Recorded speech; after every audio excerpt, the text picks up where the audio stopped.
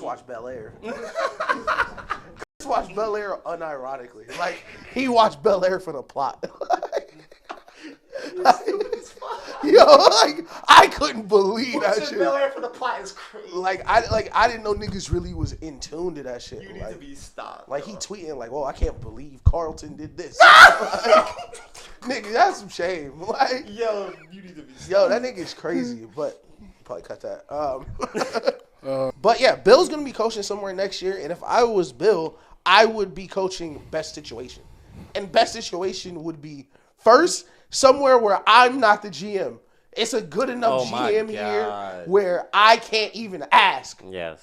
And that's how he rolls. That's how he rolls, for sure. I'm just gonna come out. I'm gonna coach. The rep on me was I got 2 spread out, so I'm gonna focus on this. Yeah. We're gonna have a you can keep Kellen Moore as OC long term. So that what happens there is when you have an established defensive coach, if you can find that great OC, just pay him like a head coach, he'll stay. Yep. And that'll kind of solve the problem because you mentioned learning new offense. This is like the 4th offense Jalen's learned.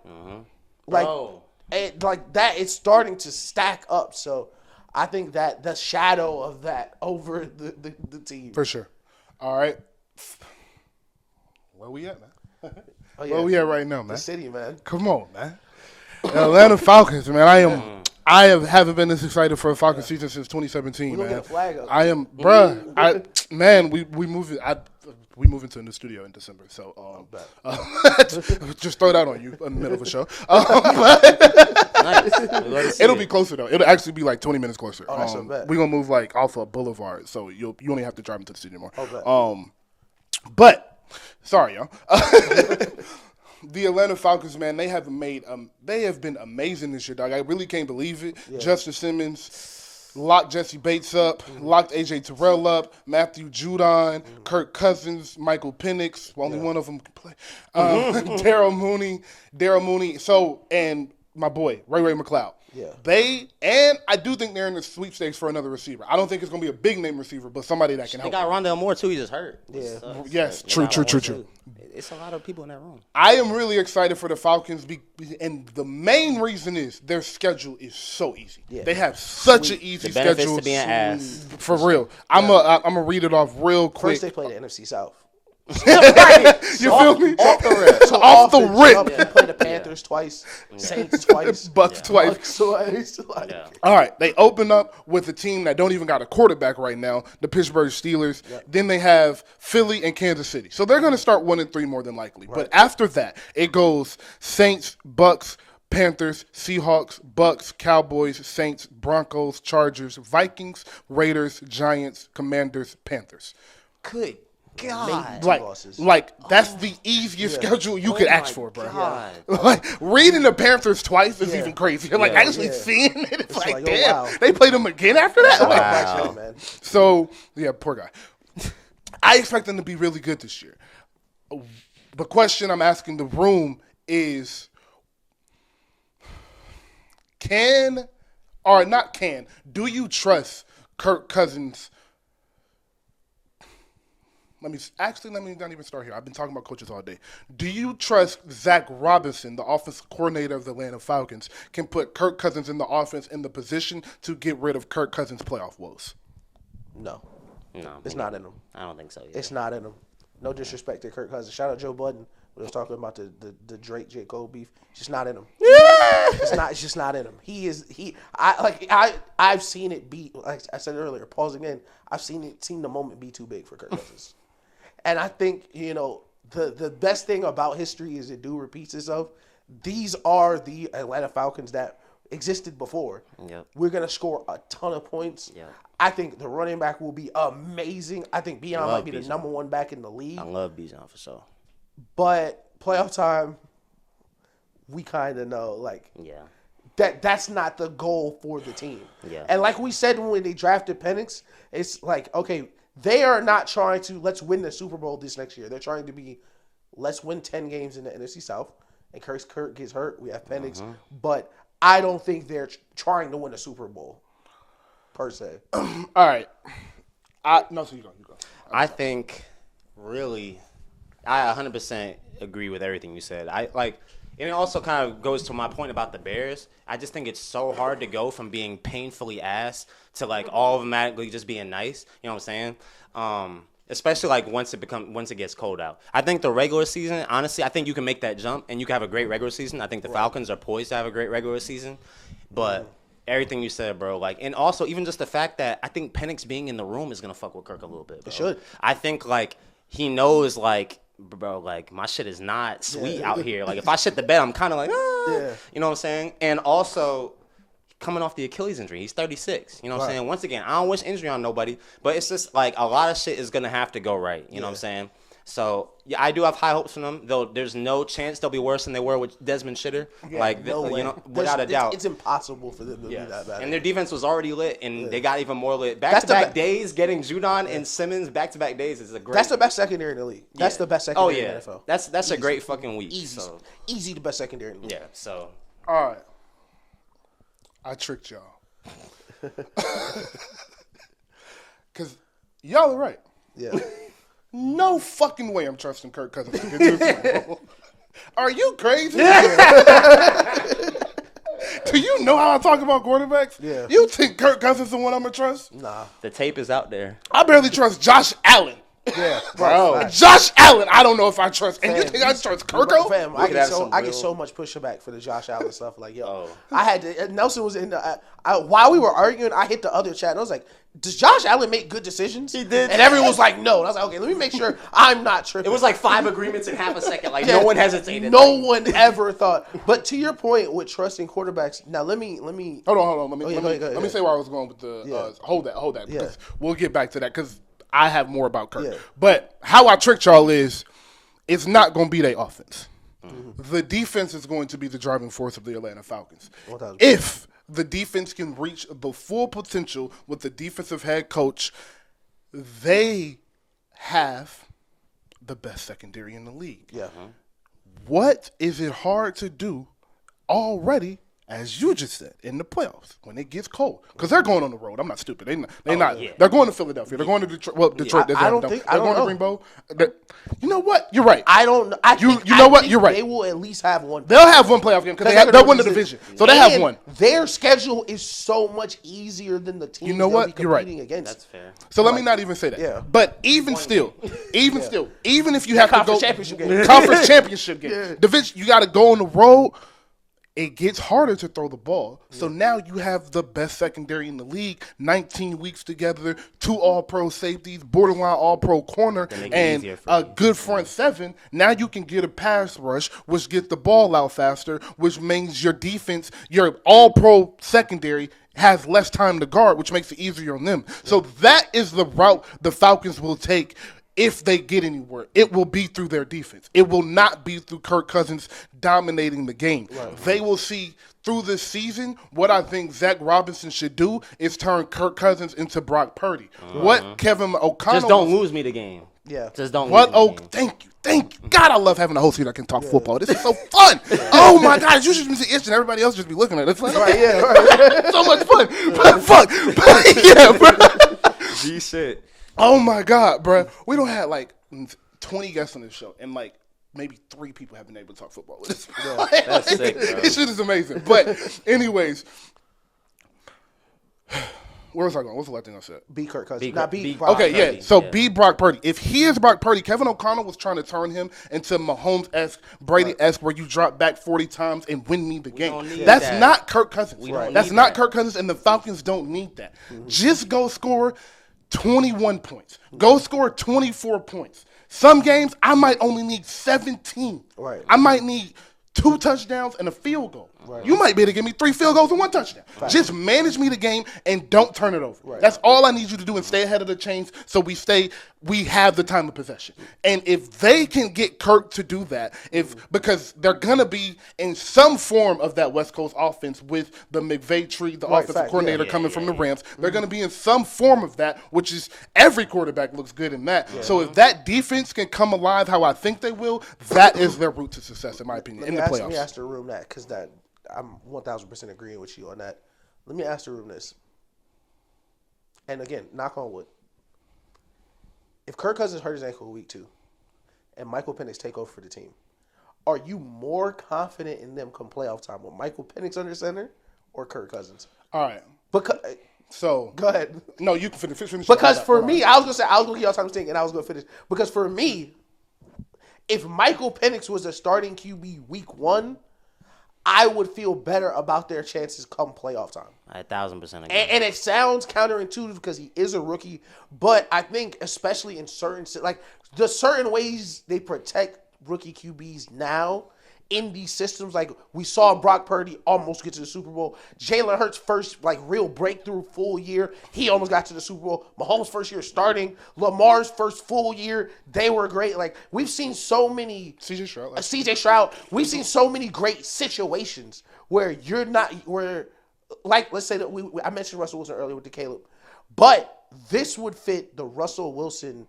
storyline way more than Caleb because if people remember, Russell Wilson was not drafted to be the starter. Nope. They had literally just paid a QB. Matt Flynn. Yep. And he was going to be the guy, but they had the best secondary in the league. Yeah. They had a running back who looked like he could be generational. They had targets out wide, and they were going to be mad physical. That's a great They had a parallel defensive for coach. sure. So I believe in my heart of hearts, especially seeing Penix, just the little stuff in the like the AP quote. Just played in a championship. He just played in a championship. Like the Adrian Peterson goal, he's like, when I see him through that, listen, watching Penix in a Falcons jersey throw the football, it's like he gotta play. His ceiling is too high. I'm telling you. I agree. So there's no one on earth I would rather do this show with, bro. I swear on everything I love.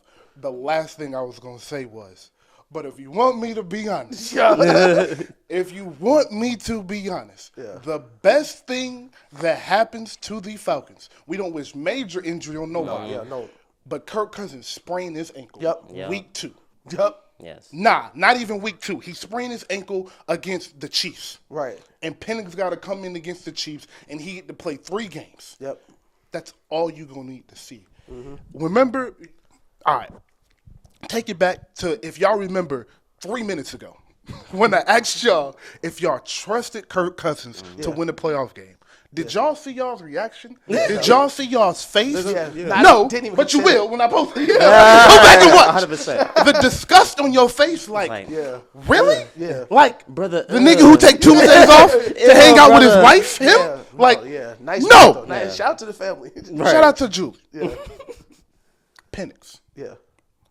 I saw it at Washington. It's a dog.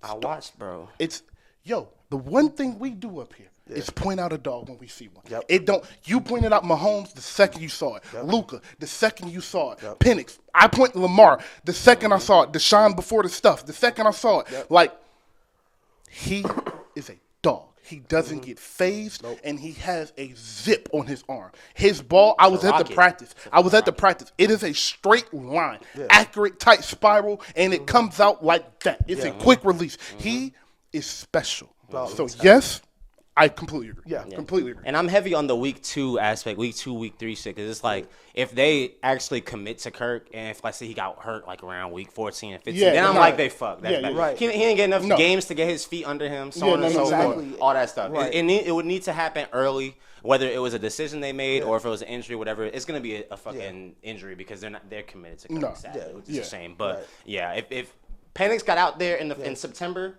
I love it. I love it. Because he's a dog, but at Washington, it was him.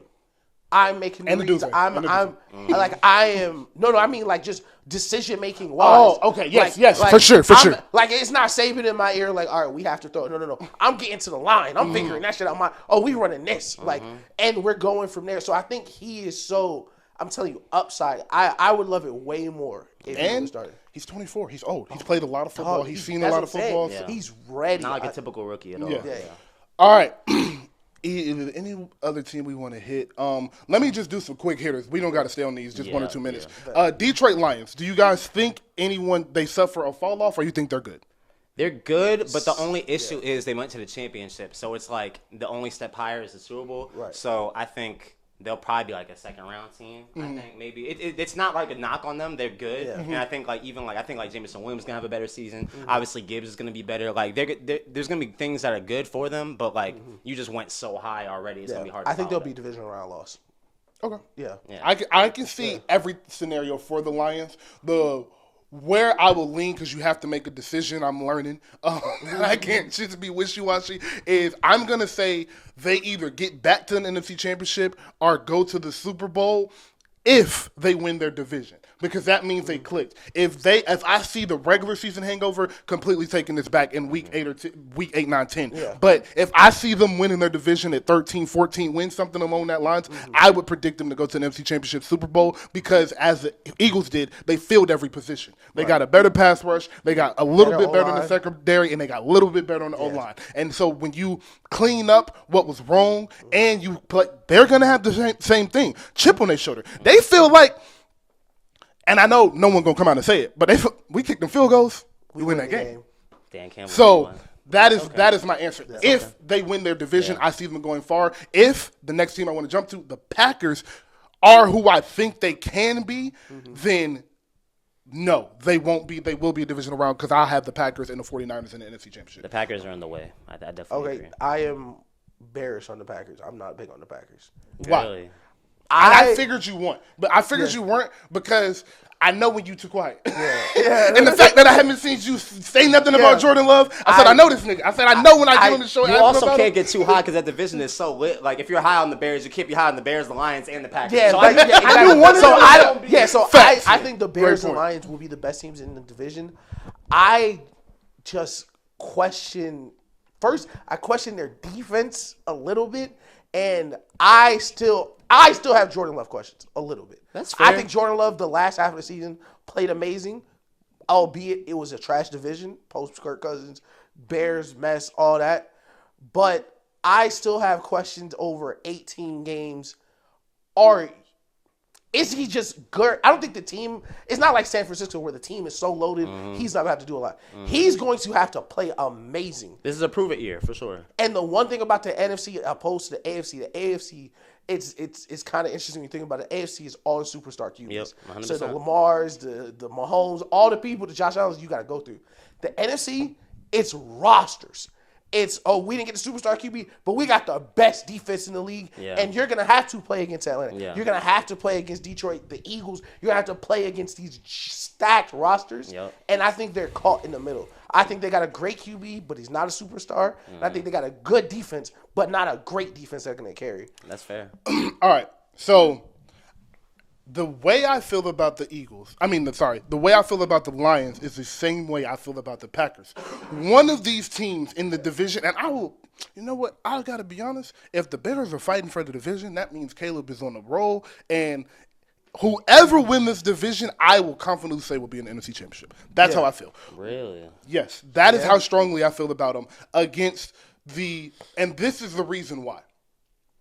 It depends. Okay, so it depends on the playoff season, because no one is beating San Francisco, and I don't think they're beating Philly. I am saying if they match up with, if they get that path, I can see them getting there. But if they got to play those two teams, I don't know. I definitely like Philly over the NFC North. But I don't want to cut you off. I just throwing off playoff hypotheticals. Would you take San Francisco coming to Atlanta? Yes, I would. I think if BA is there, if BA is not there, then no. If the Falcons are 13-4, no, I'm taking Atlanta. I'm taking Atlanta. Also, if Penix is playing or if Kirk is playing, if Penix is playing, I'll probably take Atlanta. If Kirk is playing, I'll take the San Fran. In a home playoff game with a black quarterback in Atlanta on Sunday night. Oh yeah, the city. What's crazy? I even throw you off, but the reason I asked is because I don't know if Brock Purdy want to throw against that secondary. Point. I don't know if Brock Purdy want to throw against point. Yeah, so like. The NFC playoffs is so – I think that is why it's been so interesting in the NFC the last couple of years.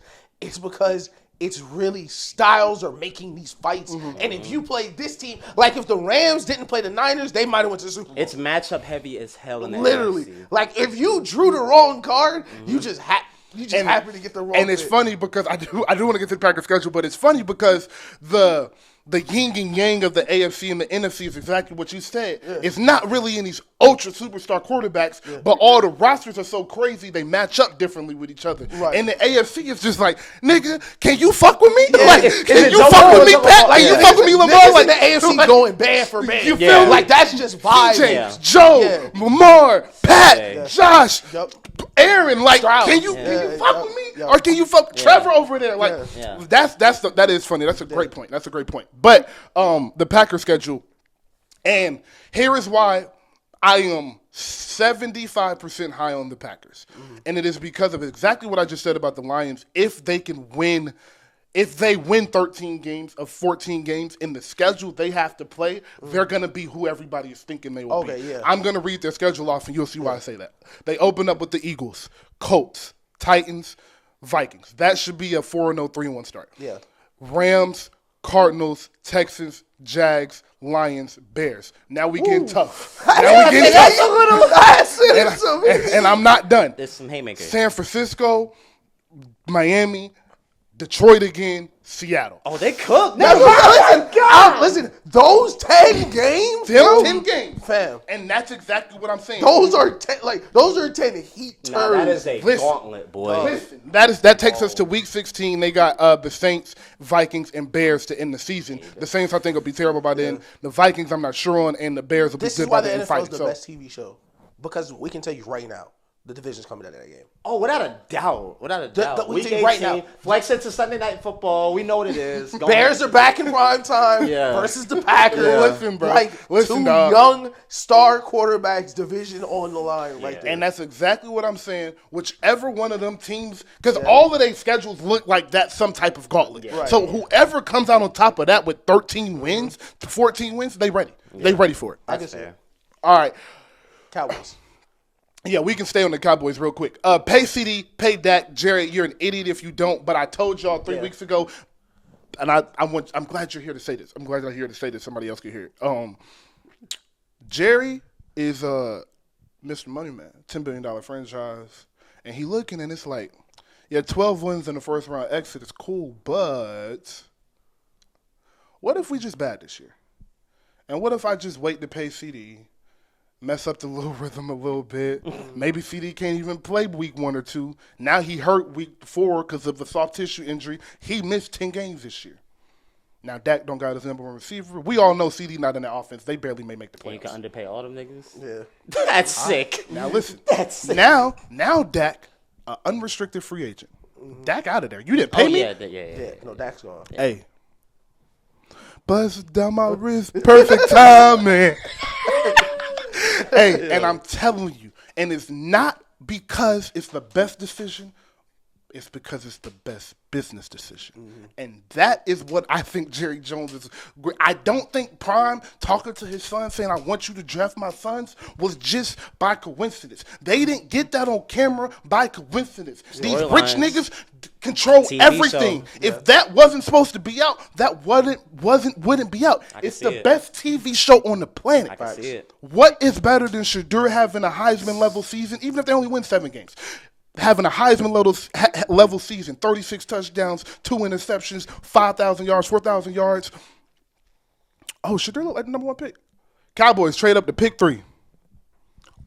From the second they make that trade after the Super Bowl to the day the draft happens. Shadur, Cowboys, Shadur. Now we in the cycle for literally year round because we didn't pay CD, so we was in the cycle from last season all the way through the summer. We didn't pay CD, and now we're bad. So we're talking about it because we're bad because I didn't pay CD. Now we get after the Super Bowl. Y'all get 2 weeks to not talk about me during the playoffs, and then the draft comes around. I make the trade. Y'all know we get Shadur, so you talk about how we get Shadur and what it's going to do, and then we get Shadur, and now Shadur get to go do press conferences and all of this bullshit, and now we talking about the Cowboys for 2 years, 3 years, 4 years straight, and close it out.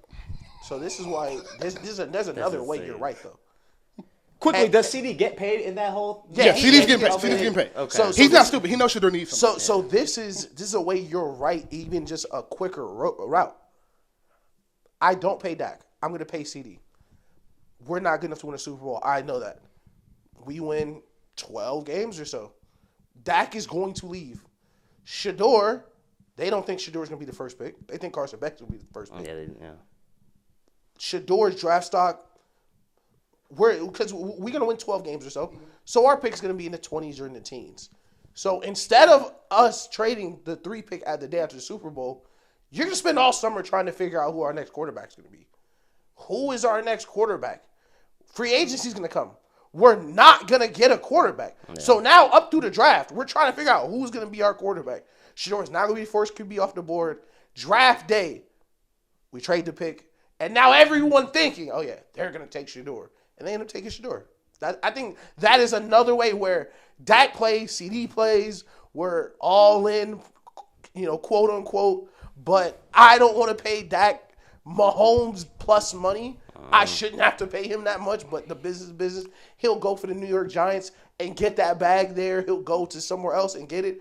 But we're going to reset it that way because right now they can't keep all 3 of them. No. They cannot keep Dak, CD, and Micah. It's just not possible unless they're not going to have a team around. The only reason they could do that is if one of them put their money in the last 3-4 years, and nobody's going to do that. They could have, but they waited too late for all of them. Yep. If they signed Dak early, and it's crazy because shout out to us, I think last season's Cowboys preview, I was saying they might miss the playoffs and Dak not going to get another deal. And people was mad. I said, he's not going to get another deal because you're not going to pay him what he wants to get paid. And he's in that Kirk Cousins, you can't franchise tag me mode. So if I don't have a max day one, I'm going to hit free agency and I'm going to get 280, 290, 300 from whichever team it's going to be.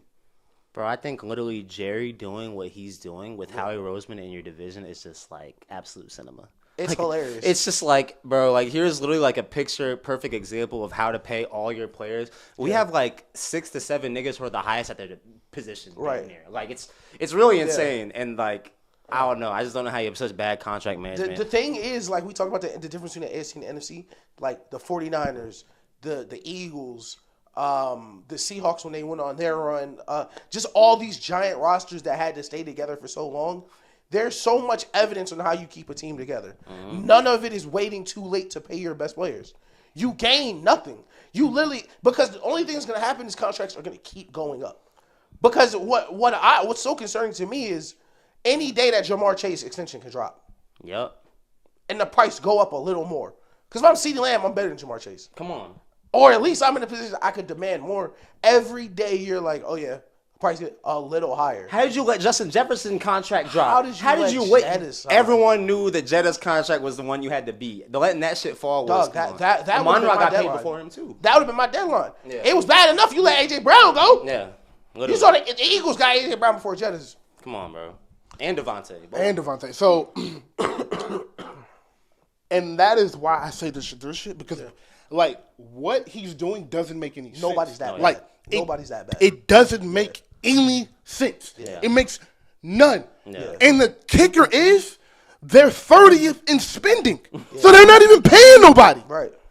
Yeah. And got no free agents. And they got no free agents. They let everybody get taken. Yeah. So it's like, it's a bigger plan at play, bro. It's gotta be. It's not a coincidence. Yeah. Jerry ain't just senile up in the crib, don't know what he doing, and nobody want to tell him. Yeah. He know what he doing. Yeah. He a businessman. They $10 billion up for a reason, I'm telling you. Yeah. My last question about the NFC, because we're about at an hour 10 now.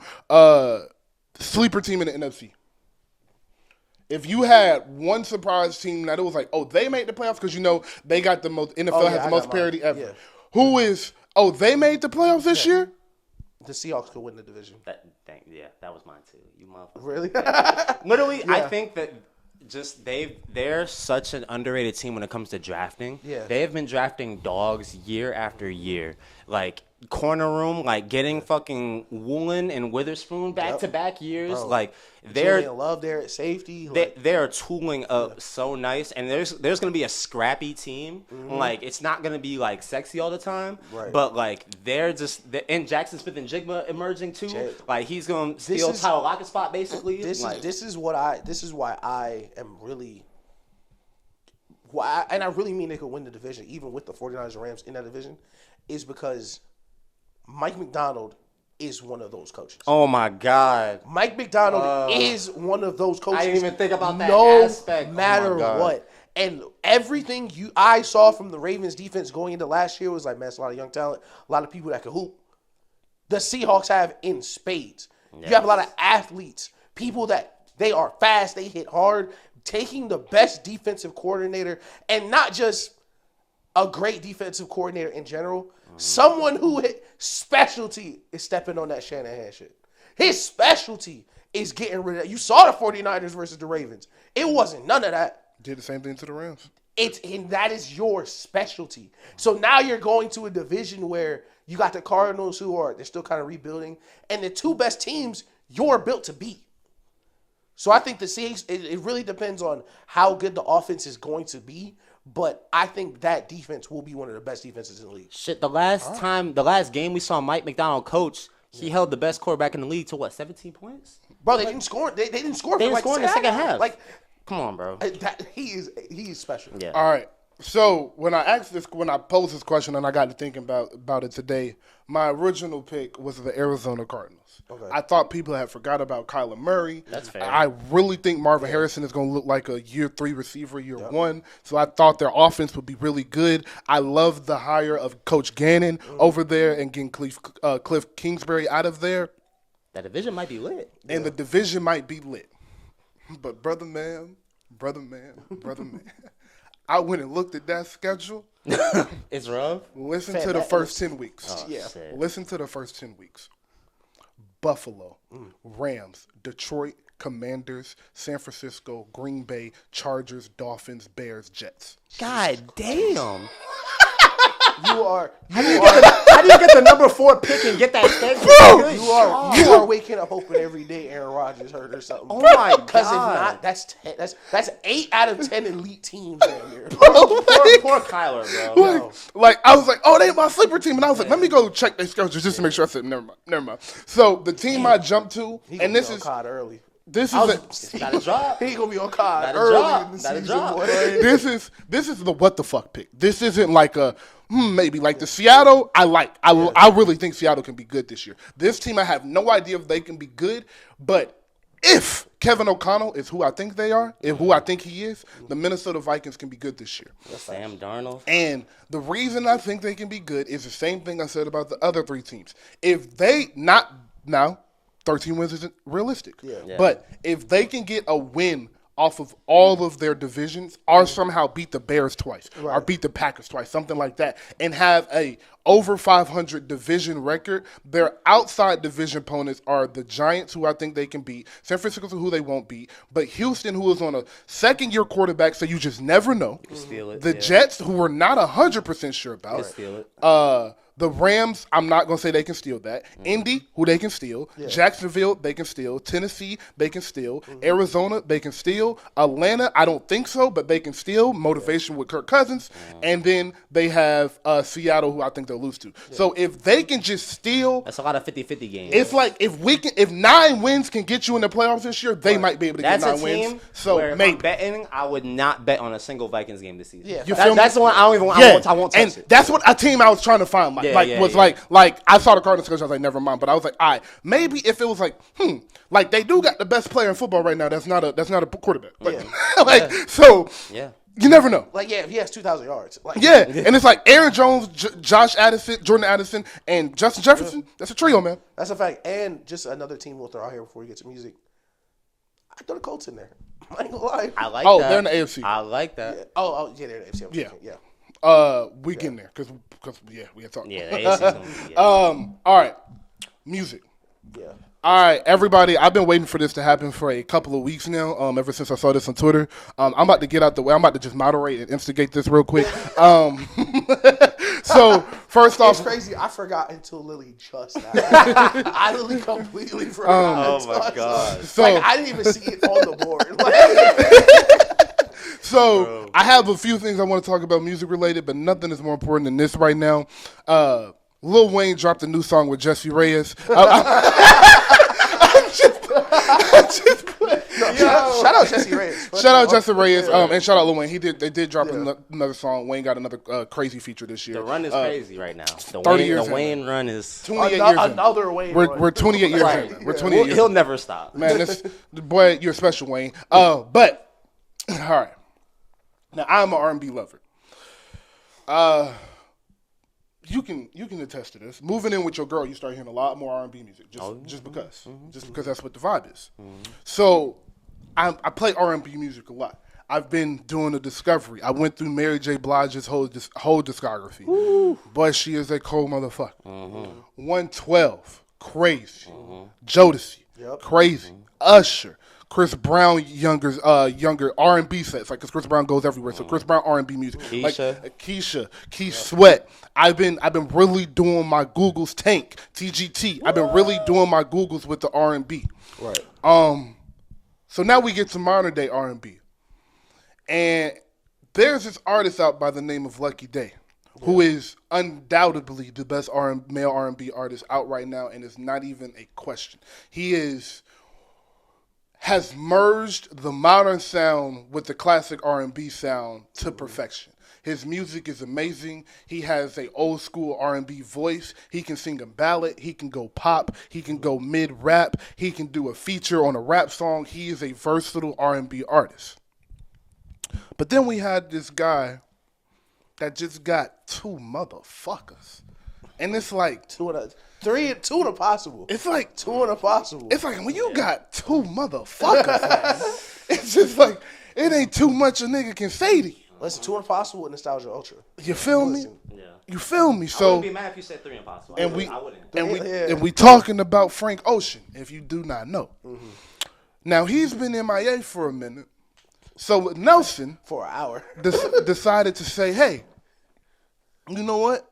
Honestly, after Lucky Daye dropped another phenomenal album this year, 3 in a row. Yeah. Algorithm, go get that if you have not heard that album. Listen. Yeah.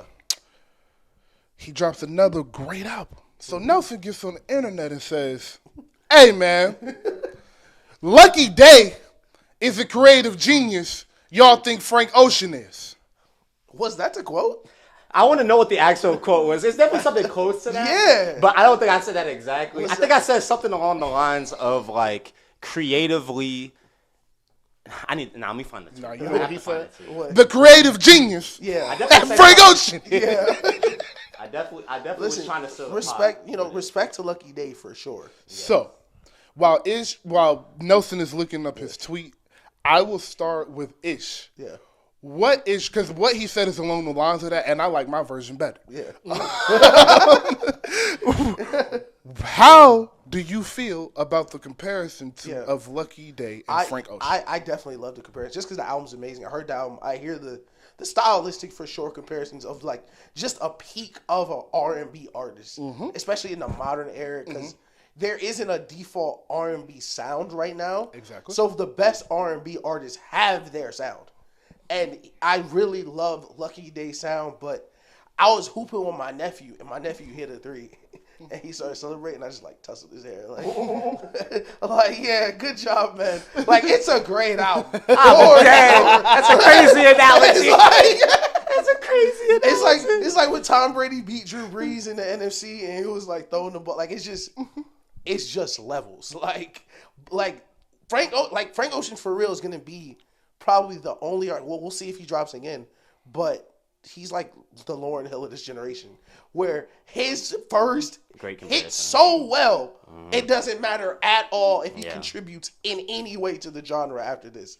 Like they just did the Apple Music list. Like, Blonde is a staple in music. Like, Beyonce, like, you know this, Beyonce is like fell in love with that album. The style of songwriting has translated all throughout, like, modern R&B just in general, where it's one of the most impactful R&B albums ever. So I think it's kind of like the Caleb Williams Mahomes thing. It's like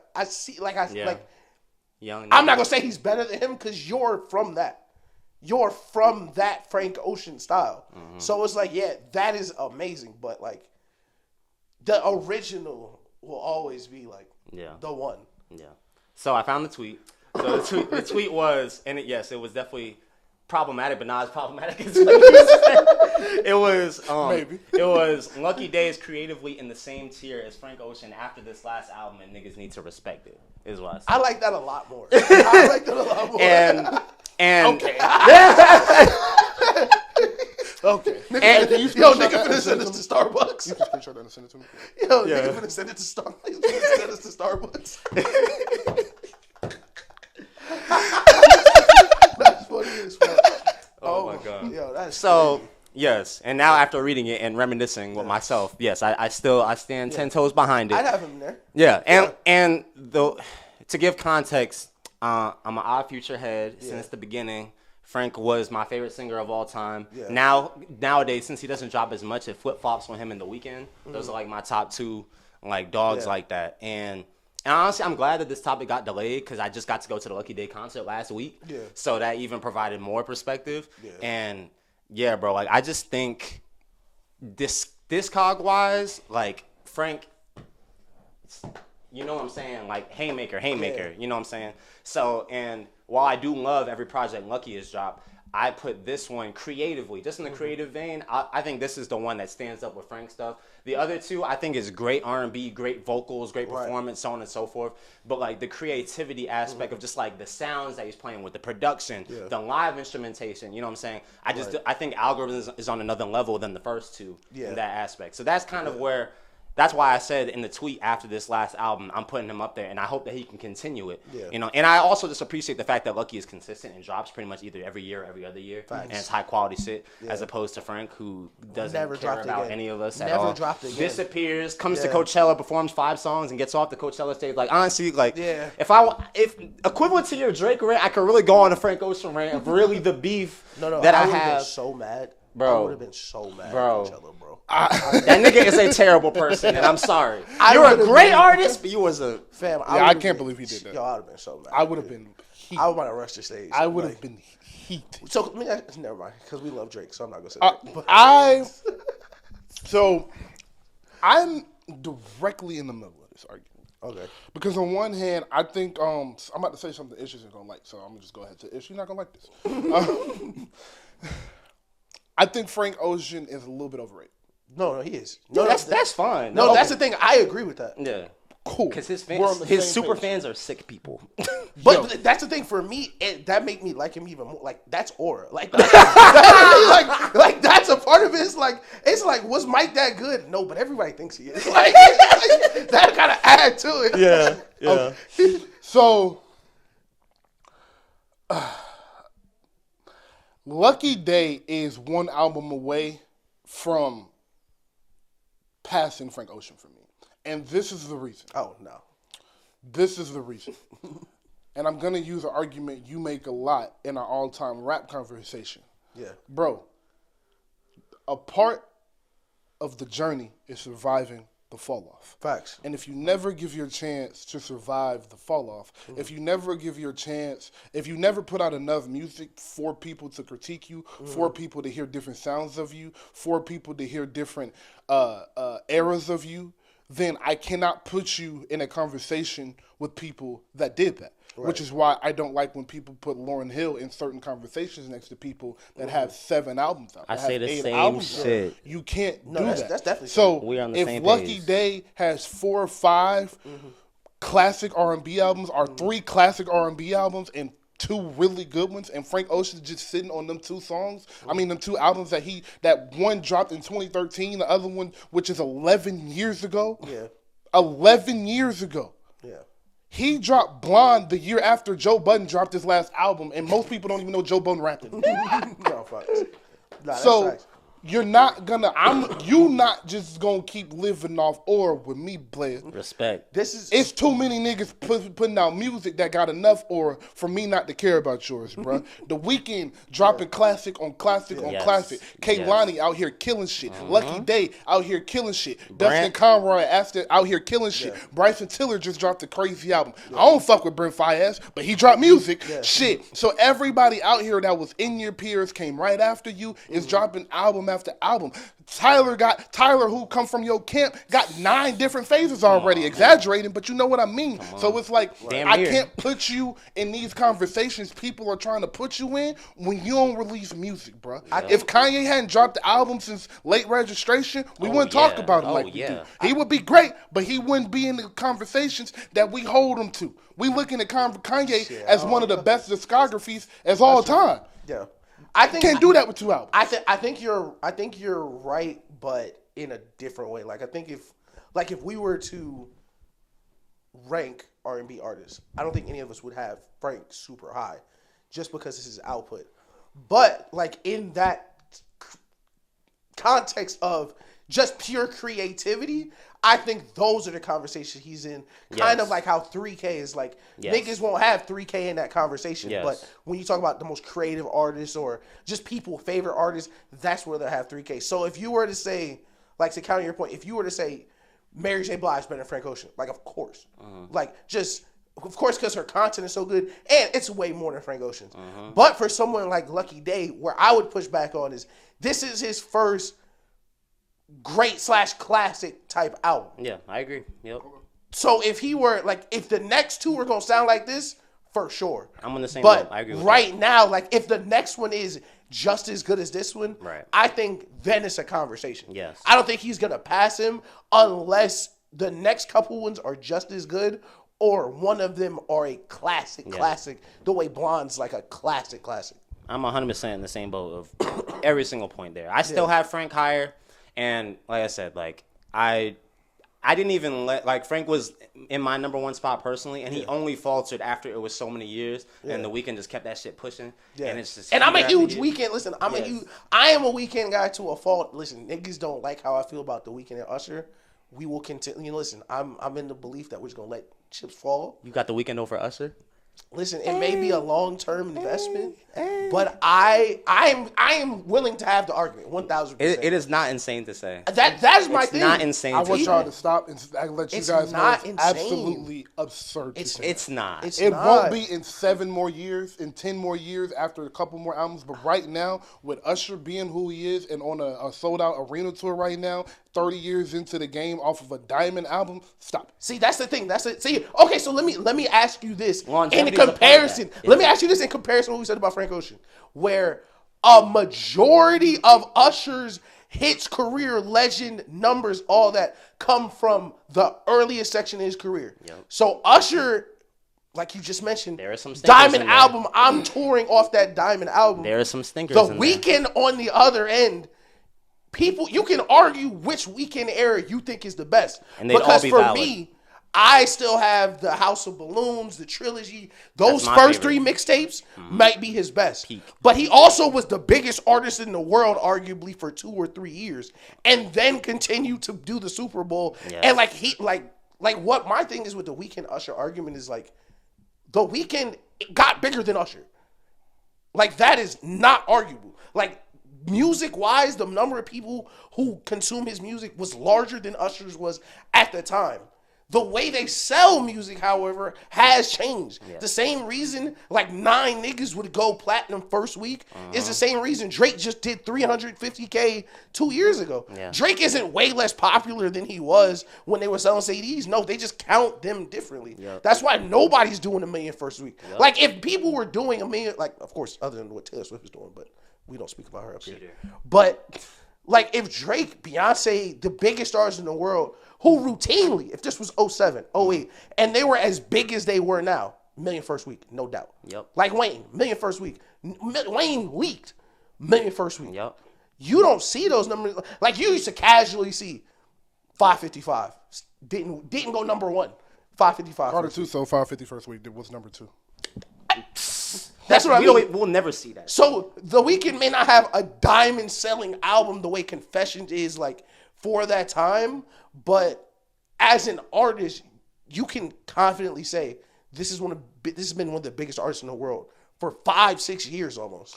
But not only if we take the sales out of the conversation for Confessions, I don't think he has an album that's even in the stratosphere of Confessions. That's another thing that separates. You crazy.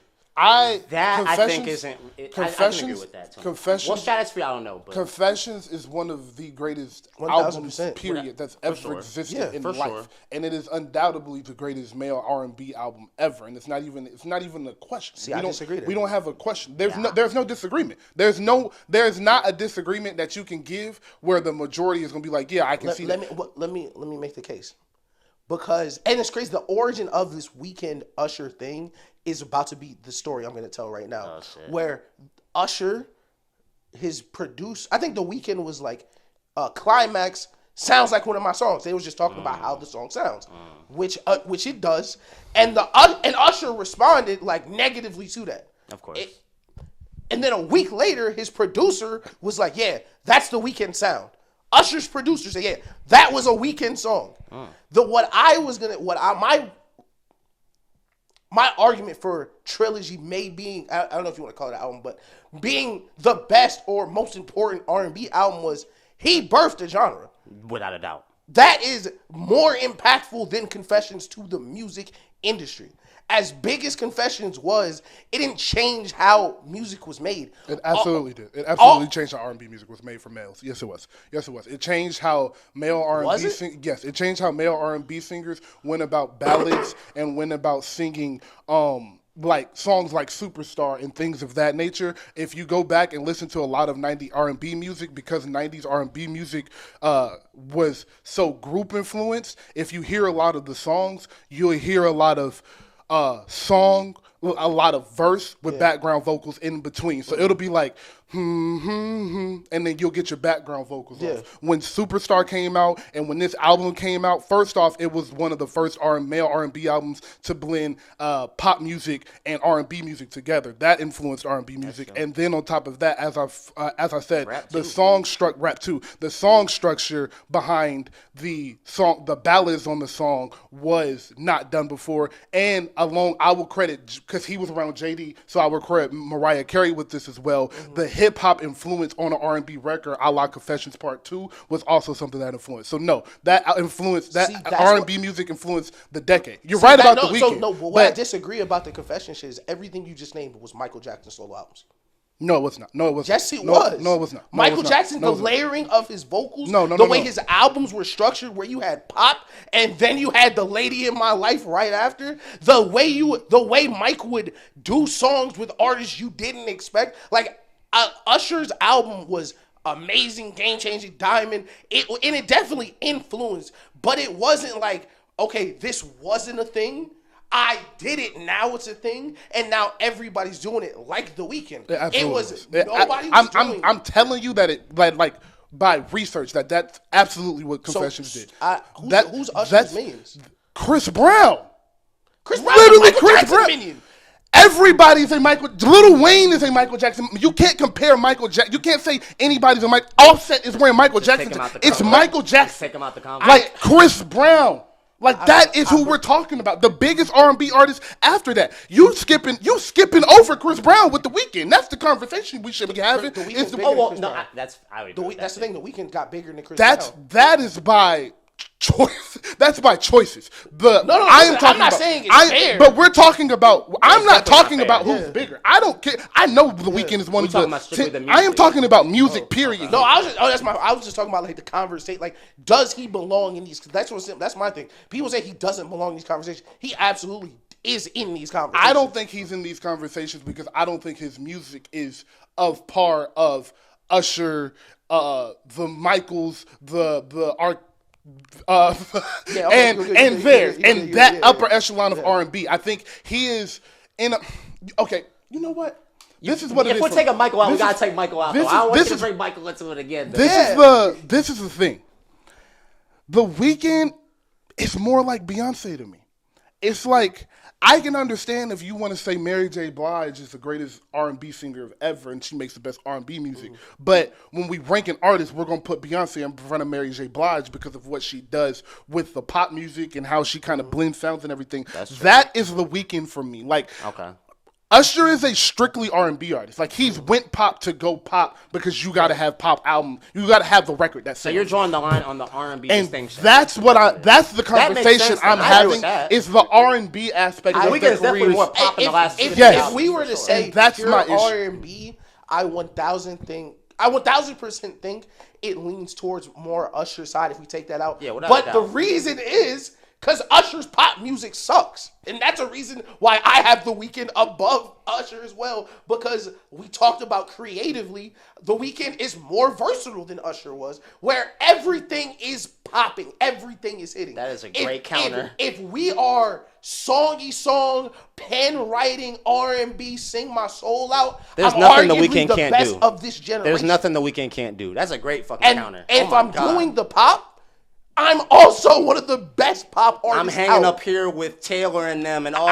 Literally, that's why I think The Weeknd he is in these conversations because as good as Confessions is, like we talk about with Nas, that's not his only album.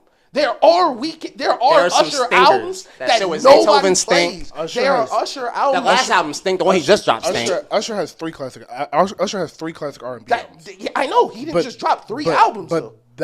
But the other 2 he had every album he dropped up into 2010 was between a 7.5 and a 10. Yes, everything. I did this the last time. What album was Climax? So let's break it down. So obviously Confessions is a classic. I think 8701 is a classic. What's the third? Because I don't think My Way is a classic. My Way is absolutely a classic. I don't think My Way is. My Way is absolutely a classic. I don't think it's. No. My Way is absolutely. Is My Way the one with Climax? That's one. No. My Climax Way is. Here I. My Way is nice. My Way is slow jam. My Way, bedtime. I will.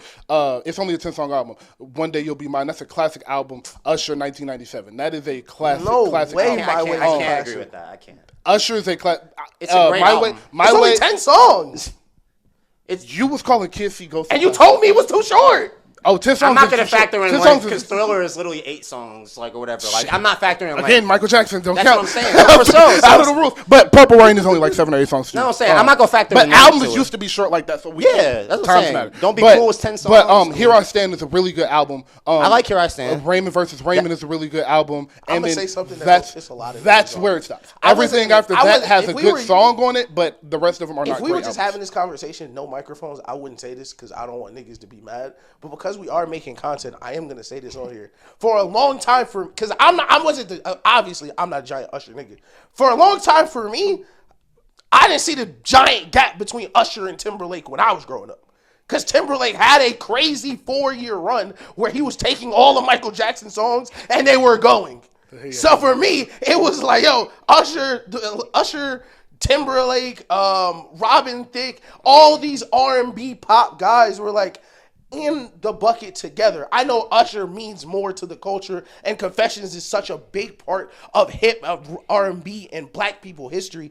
We hold it differently, but that, like, for me, it was like when niggas was like Usher better than Beyonce, I thought niggas was trolling.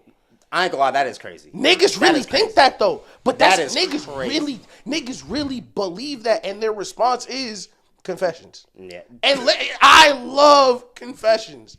But that's not the only classic that's ever been made. Beyonce that's my cooking us. I'm sorry. Like the conversations, like that Usher beat. That's the thing. Like, I'm arguing The Weeknd should be in certain conversations. Yeah. I don't think Usher should be in certain. But like, I'm not gonna say his name. I don't think Usher and Creepy Man are in the same conversation. They're not. I don't think Usher and Creepy Man is so.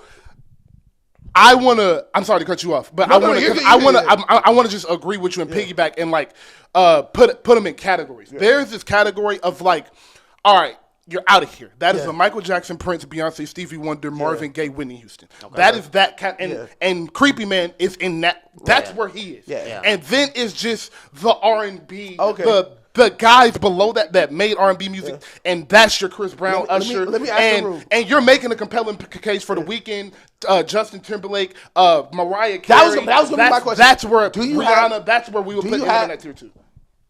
Rihanna or Usher? Usher every day. Usher.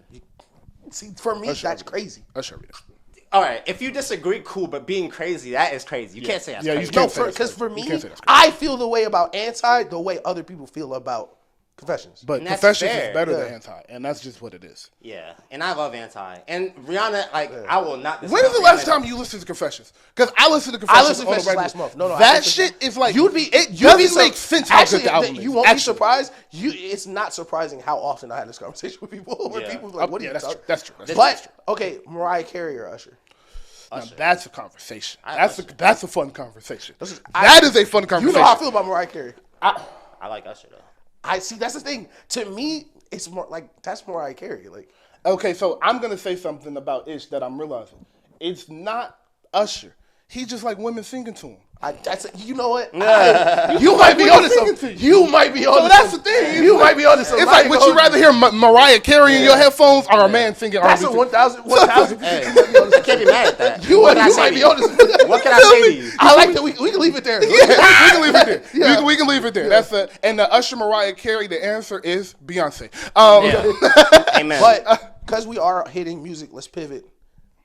What is Drake doing? Spiraling, bro.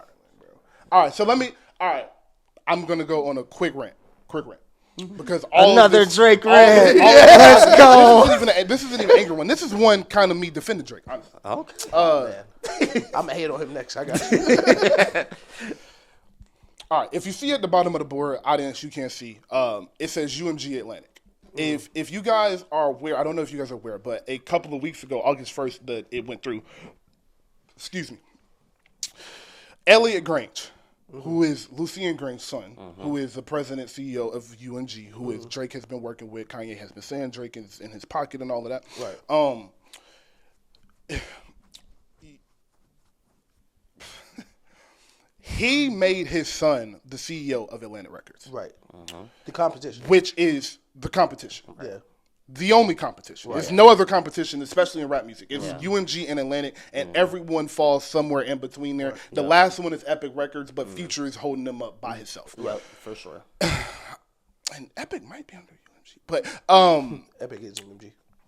See, I told you, it's monopoly. See, so he made his son. Elliot Grange, the CEO of Atlantic Records. If you guys are aware, Elliot Grange, where he was before, was the CEO of 10K Records, which had Ice Spice, Lil Papa, and a bunch of no-name artists. Not Lil Papa, Ice Spice and Trippie Redd. Ice Spice, Trippie Redd, and Tekashi 6ix9ine were the three big artists on there, and everybody else was just no-name rappers that's probably just on Instagram somewhere. And at Arby's. That merge happened. And again, since this battle has been started, I have been saying nothing is coincidence. That is insane. Like, that should scare everybody. Right. Because not only did they merge, not only did he make him the CEO, they fired people in Atlantic that were in these positions for 20, 30 years. They basically moved him in and cleaned house. And now a father and son are CEOs of the two biggest music groups in the world. 40% of all music. That's insane. 40% of all music. Oh my God. A father and son do it. Yeah. Good God. All right. So now I'm brainstorming because I've been talking about this Drake shit for so long. I'm brainstorming and I'm like, well, what the fuck is Drake doing? Why is Drake crashing out? Like, because Drake is Drake. Like, Beyonce not just putting out free music. Remember the conversation we had like 2 months ago, and I was like, Beyonce album shouldn't even be on Apple Music. You should have to pay $50 for Beyonce album. Without a doubt. Like Drake isn't just a regular artist. Drake ain't fucking the mob, nigga. Right. Drake ain't just dropping free music. Yeah. That is, you gotta earn that. You gotta work. Somebody gotta pay for that. We got a market behind this. So why is Drake just dropping? He's dropped the album worth of leaks since the battle ended. Old songs too. Yeah. What is going on? Old songs, new songs, everything in between. The Benny song came down too. Yeah. And I didn't even get to listen to it. I haven't heard it yet. There's the thing. Yep. When the 100 gigs went up, they made him take it down. Yeah. And it wasn't like, oh, Drake took it down. It was like property right of UMG, license to UMG, whatever. Yeah. Like, they made him take it down. Niggas predicted that happening too. Drake is throwing a temper tantrum. Because Lucien Grange did one of three things. One has to do with something that's going on across the world with Drake signing something, and I'm not sure if it's that, but it might be that. Number two is Drake wants to drop music, or Drake wants to drop music or wants to stop dropping music and wants to go on a break, and they're not letting him, and he's throwing a temper tantrum. Or, it said this earlier, and I'm going to steal his point. I want everybody to know, I did not think of this. It said this. This is an amazing idea. He is saying they made him drop the Heart Part 6. He wasn't done. He wanted to keep battling, and they made him drop the Heart Part 6, or told him basically to end the battle however you see fit. Right. And that was why he sounded so disgusted. Wasn't because he felt defeated. It was because he was pissed off at his label. Yeah. So that brings me back to the whole thing, and Kanye kind of alluded to it, we are eliminating Drake. Drake is making too much money. Drake is owned too much. And if you take it back to about the main pod we did about the beef, I went on that episode and told y'all that Drake was working with Larry Jackson and Gamma. Mm-hmm. And Drake has a piece of Gamma. He said it on Family Feud. Yep, it's confirmed. What do businessmen hate the most? If you watch any business show, dishonesty and niggas who are not loyal to them and loyal to their cause, especially when we're putting hundreds of millions of dollars in your pocket. So what I think is happening, and this merge with Atlantic is confirmed and even more, is Lucian Grange, along with maybe the help of Kendrick Lamar. I'm not sure if he has anything to do with him because Kendrick's integrity just don't even seem like he would go that way. Yeah. So I'm not going to say that. But Lucian Grange, along with the help from his son, they basically own the rap industry, and they are going to do everything they can to keep Drake from ever being Drake again because he is making this move to Gamma and changing business partners essentially, and this is Lucian's Grange retaliation, and Drake is throwing a temper tantrum behind it. That is what I think is going on. So, 1,000. Of course, I think it's an amazing point because one of my points was in there. Thank you for that. But I think a couple things, because when you first hear it, of course, your first assumption is to try to poke holes to try to figure out. Well, like you said, Kendrick's integrity. I think if we were to look big scale, I think it's a known thing that Kendrick and Drake don't like each other, and Kendrick had been waiting to go. I think before Future album, whenever like that was made, word was sent or delivered by Owl, however they got it to Kendrick and whatever KV was, that everything that was protecting Drake is no longer in place. So kind of like me and Charlene been watching the Avengers. She's like, well, why did Thanos wait all this time to go get the stones? Well, it's because things were in place to stop him. So now that I know those superpowers are getting neutralized, and I said this right after the beef, where people assumed the biggest rapper in the world is a permanent position.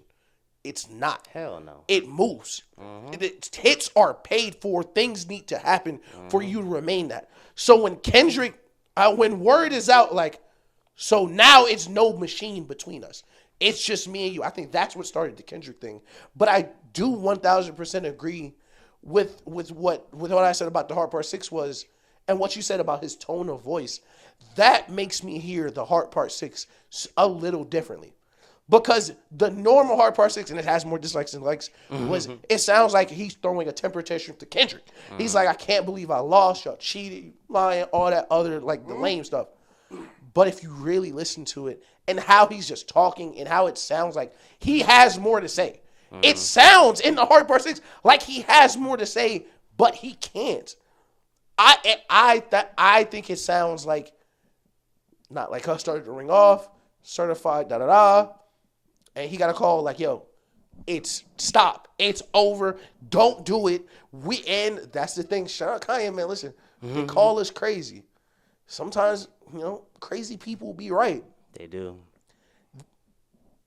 Lucian owning whatever part of Drake he does that can call shots, get songs pulled down, ended up being his downfall. Because he has to serve someone else. He can't just crash out on Kendrick. He can't. And I think this is his way of, like you said, throwing a tantrum. I'm just gonna, here's a bunch of Drake content for free.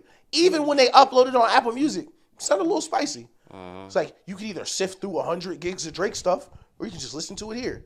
100%. And then the songs didn't chart. Yeah, and then the songs did terribly.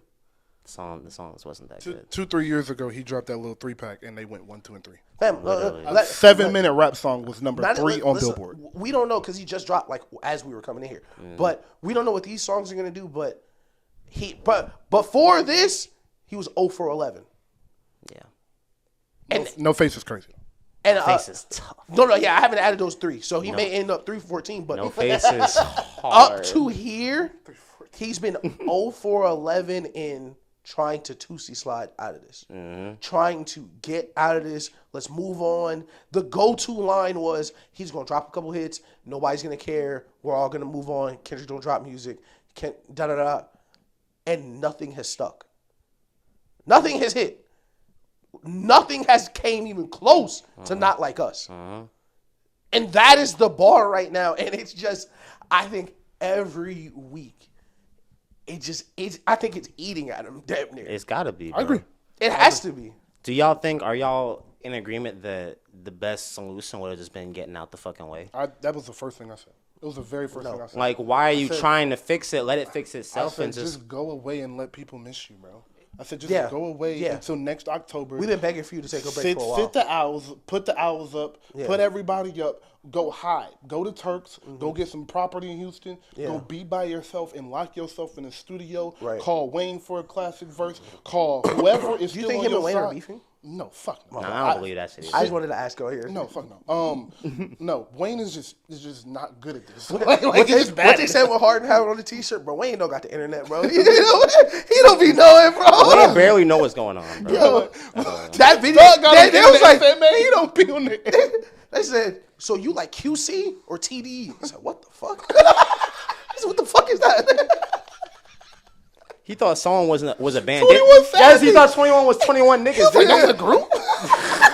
Bro, That nigga don't be knowing. just leave that man alone. Yo, he grabbed his chain and was like, they not like us. I was like, stop remixing shit. Stop remixing shit. I love Wayne so much, bro. But yeah, my point was, just get out the way. Let people. No one has got to miss Drake since decade. Scorpion dropped. No one has missed Drake in 5 years. It was like the gap, because More Life was 2018 and Scorpion didn't come out for 2020. That was the first time No, we Drock got Lane came out in 2019. God damn. He's never gone more than Fam, a year and no, some change. the last time we missed Drake was Views, because What a Time to Be Alive came out in 15, but that wasn't a full Drake album, and it was just that part. Yeah. If you're reading this, came out in 15. I thought that was 14. That was 15. That was I was 15. 15. What was 14?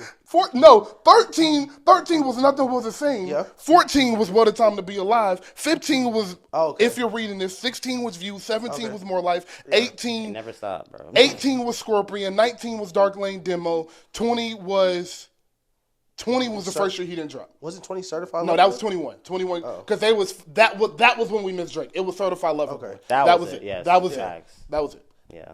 How do you guys think about that cover in hindsight? The Certified Lover Boy cover? Yeah.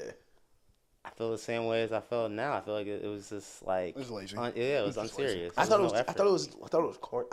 I listen, when it happened, Nelson, you know, like the type of nigga I am.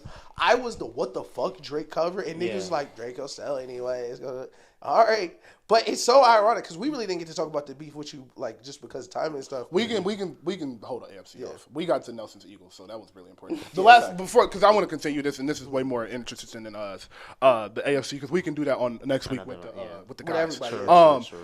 Do the Chiefs three-peat? Yes, it's the best football player ever. I'll lean more towards yes and no. I'm not gonna say confident yes. Ain't it crazy? I would not bet Ain't it against crazy that nigga is so good? Niggas was like, I think so, because I don't know if anybody can beat him. I'll never bet I'm against. a Tom Brady fan. I've cried watching multiple New England Patriot games. That's the best football. Patrick Mahomes is the best. Patrick Mahomes is so good. It's hard to even doubt them for real. I'll never bet against I'll never put money on the ever. line against the Chiefs in my life. Ever. I'm still sticking with the Ravens. I'm still sticking with the Ravens. I'm gonna do it. Fighting But that good fight. I dead ass. If it's not the Ravens, it's not gonna be nobody. The streets need the Eagles Ravens bowl. Listen, CD to the Ravens would change so much. The streets need it. Bro. CD to the Ravens would change so much. Oh, for sure. And the last team, everybody stop talking about the fucking Jets. It's not going to be the damn Jets. It's not going to be the Texans because the second-year quarterback not beating Mahomes. The only two people that can do it are Lamar and Burrow. It's them two, and that's let me them just two. let me just get a quick Jets rant off. You niggas who are like, hey, well, Tom Brady did it in Tampa Bay. Aaron Rodgers is not Tom Brady's peer. I don't know how to break it to you. I don't know how to dice it up. He is not on Tom Brady's schedule. Tom Brady won more NFC playoff games in the NFC than Aaron Rodgers did. That's sick. They are not peers. You can't give him Tom Brady expectations. And Tom Brady wasn't coming off a blown Achilles. It's not going to happen. The only combo you can have is just like the actual physical mechanics. Yeah, just throw him the ball. Yeah, that's the only combo but he's like in. There's no other combo. And niggas, listen, we was here. We talked about this. If Aaron would have sat out 1 year earlier, I think the Packers go to the playoffs with Jordan Love. Because he was terrible that year, too. That last year was bad, yeah. Like, he was, like, fam, you lost to Detroit. Yeah, that was bad. His thumb was hurt. I bet. I bet. Shit. Okay. If we get in I'll get a quick mini rant off. If you want to bring up Aaron Rodgers, I want to get on the Bengals. If you was going to bring up Joe Burrow. Yeah. Like, Joe Burrow is that guy, and Jamar Chase is that guy, but that's not enough to win you nothing. At all. The Bengals are not going to do shit, and niggas need to acknowledge how much the team is falling off. Jesse Bates is gone. I was going to say, we didn't realize Jesse Bates was the best safety in the league. Like, Jesse Bates is the best fucking safety in the league. Yeah. That shit is gone.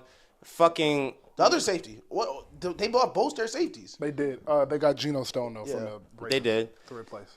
It's just like there's just so many missing pieces, and Jamar wants to get paid. Yep. T is basically in prison. Yeah. Like, that nigga very much don't want to be there, but it's like, well, I guess I'm going to ball out this one last year or whatever, try to get paid somewhere. Hope you don't get hurt. Don't have a choice here. Whatever. They lost Joe Mixon. Like, I don't know. Like, people just love to bring up the aura. We have the aura conversation. Yeah. Joe Burrow got the aura. Yeah. Cool. Can we look at a fucking roster, and is that going to be just enough? I'll tell you what. If the Bengals do something and prove me fucking wrong, we can have some crazy conversations about Joe Burrow, and I won't say shit to y'all. 1,000%. And I'll say this. If they were in the NFC, boy, that'd be a different conversation. Come on, bro. But, like, in the AFC versus, like, the people, you're going to have to. He's 4-1 against Lamar, bro. I mean, 1-4 against Lamar. Like, come on, bro. And that brings me to the last question. We'll get off. I saw we're going back to music. Who do you want to fail? Cincinnati Bengals. That was my answer. Joe Burrow. I love a good hate watch. I don't like that we keep Joe Burrow in the top 3 quarterbacks because of one game. Mm-hmm. I don't like that. Like, yo, they have played 70 games. Lamar has the highest win percentage of any quarterback ever. He's 4-1 against them. He's won the division more than him. And the only reason y'all keep saying Joe Burrow is better than him is because of one playoff game. It's not because of a multitude of great playoff games where Joe Burrow went to the Super Bowl, lost. It was only one. It was one playoff games against Patrick Mahomes, and y'all like, well, he's better than him because he beat him one time. Yeah. Like, that is stupid. Mahomes really good, huh? He's good as fuck. He's so good. That's just a testament to how good he is. So good. Niggas are like, he got to be top 3. Mahomes is so good. If you beat him, you are top 3 no matter what. But I definitely like your Joe Burrow. I'm gonna stick. And Joe Burrow, nice. Don't get me wrong. I'm gonna stick with a quarterback. Justin Herbert, boy, you better hope. You better hope y'all know stink, boy. If y'all, oh my God. Oh, their excuse is going to be it's a rebuild year, and they're going to give another excuse for him. They're going to be like, oh, yeah, they lost to both their receivers. It's a rebuild year. They're going to make another excuse for him. You can't win with Harbaugh. I know what you are. I'd say Josh Allen, but I think we all kind of don't want Josh Allen to succeed. So yeah. No, I want Josh Allen to succeed. I love Josh Allen. I hate Josh Allen. You know that about me. Josh Allen a dog. I love quarterback. That's my favorite style of quarterback. Cam Newton fan. No, I agree. That style of quarterback, but I don't like that type of player. I don't like niggas who are hypothetically good. I can't stand that. No, Josh Allen is amazing. Y'all not about to do that. That nigga's hypothetically good. Talented, yes, but there's more factors to the talent. It's the decision making. He's just a terrible decision maker. Yo, come on. Yo, that's cool. Can he make those that probably no other nigga can make? Obviously. Let me ask the room. Can you name 5 worst decision makers in your life that played in the NFL? 5 worst decision makers. I mean, I probably could, but they wouldn't be on Josh's level. Like, I would say Josh is up there for that talented and that bad of a decision maker in the same combo. Literally. If we bringing up niggas like Nathan Peterman. That nigga's Jameis Winston with legs, bro. He's Brett Favre. That's who it is. No. I can't even say that. Brett Favre won an MVP. Brett Favre won Super Bowl. Brett Favre has the all-time interception record. He is Brett Favre. Yeah, but Brett Favre won, too. You can't just be picked, Josh Allen is winning. Everybody can't win the Super Bowl, bro. Everybody cannot win the Super Bowl. Josh Allen is consistent, 12 wins, playoff win, lose to Patrick Mahomes. Like, you got to give, that's just what it is. Burrow undressed him once. Listen. And that's it. And the other 2 losses are Patrick. He's been to 1 conference championship game and they got blown out. They're not winning. That's the difference. That's okay. And okay, I'll take it either way. Because even if let's say you don't win the Super Bowl, you have no MVPs. At least Matt Ryan has MVP. Josh Allen's going to get an MVP. He's playing 6 years, bro. He's played for 6 years. How long did it take Cam to get MVP?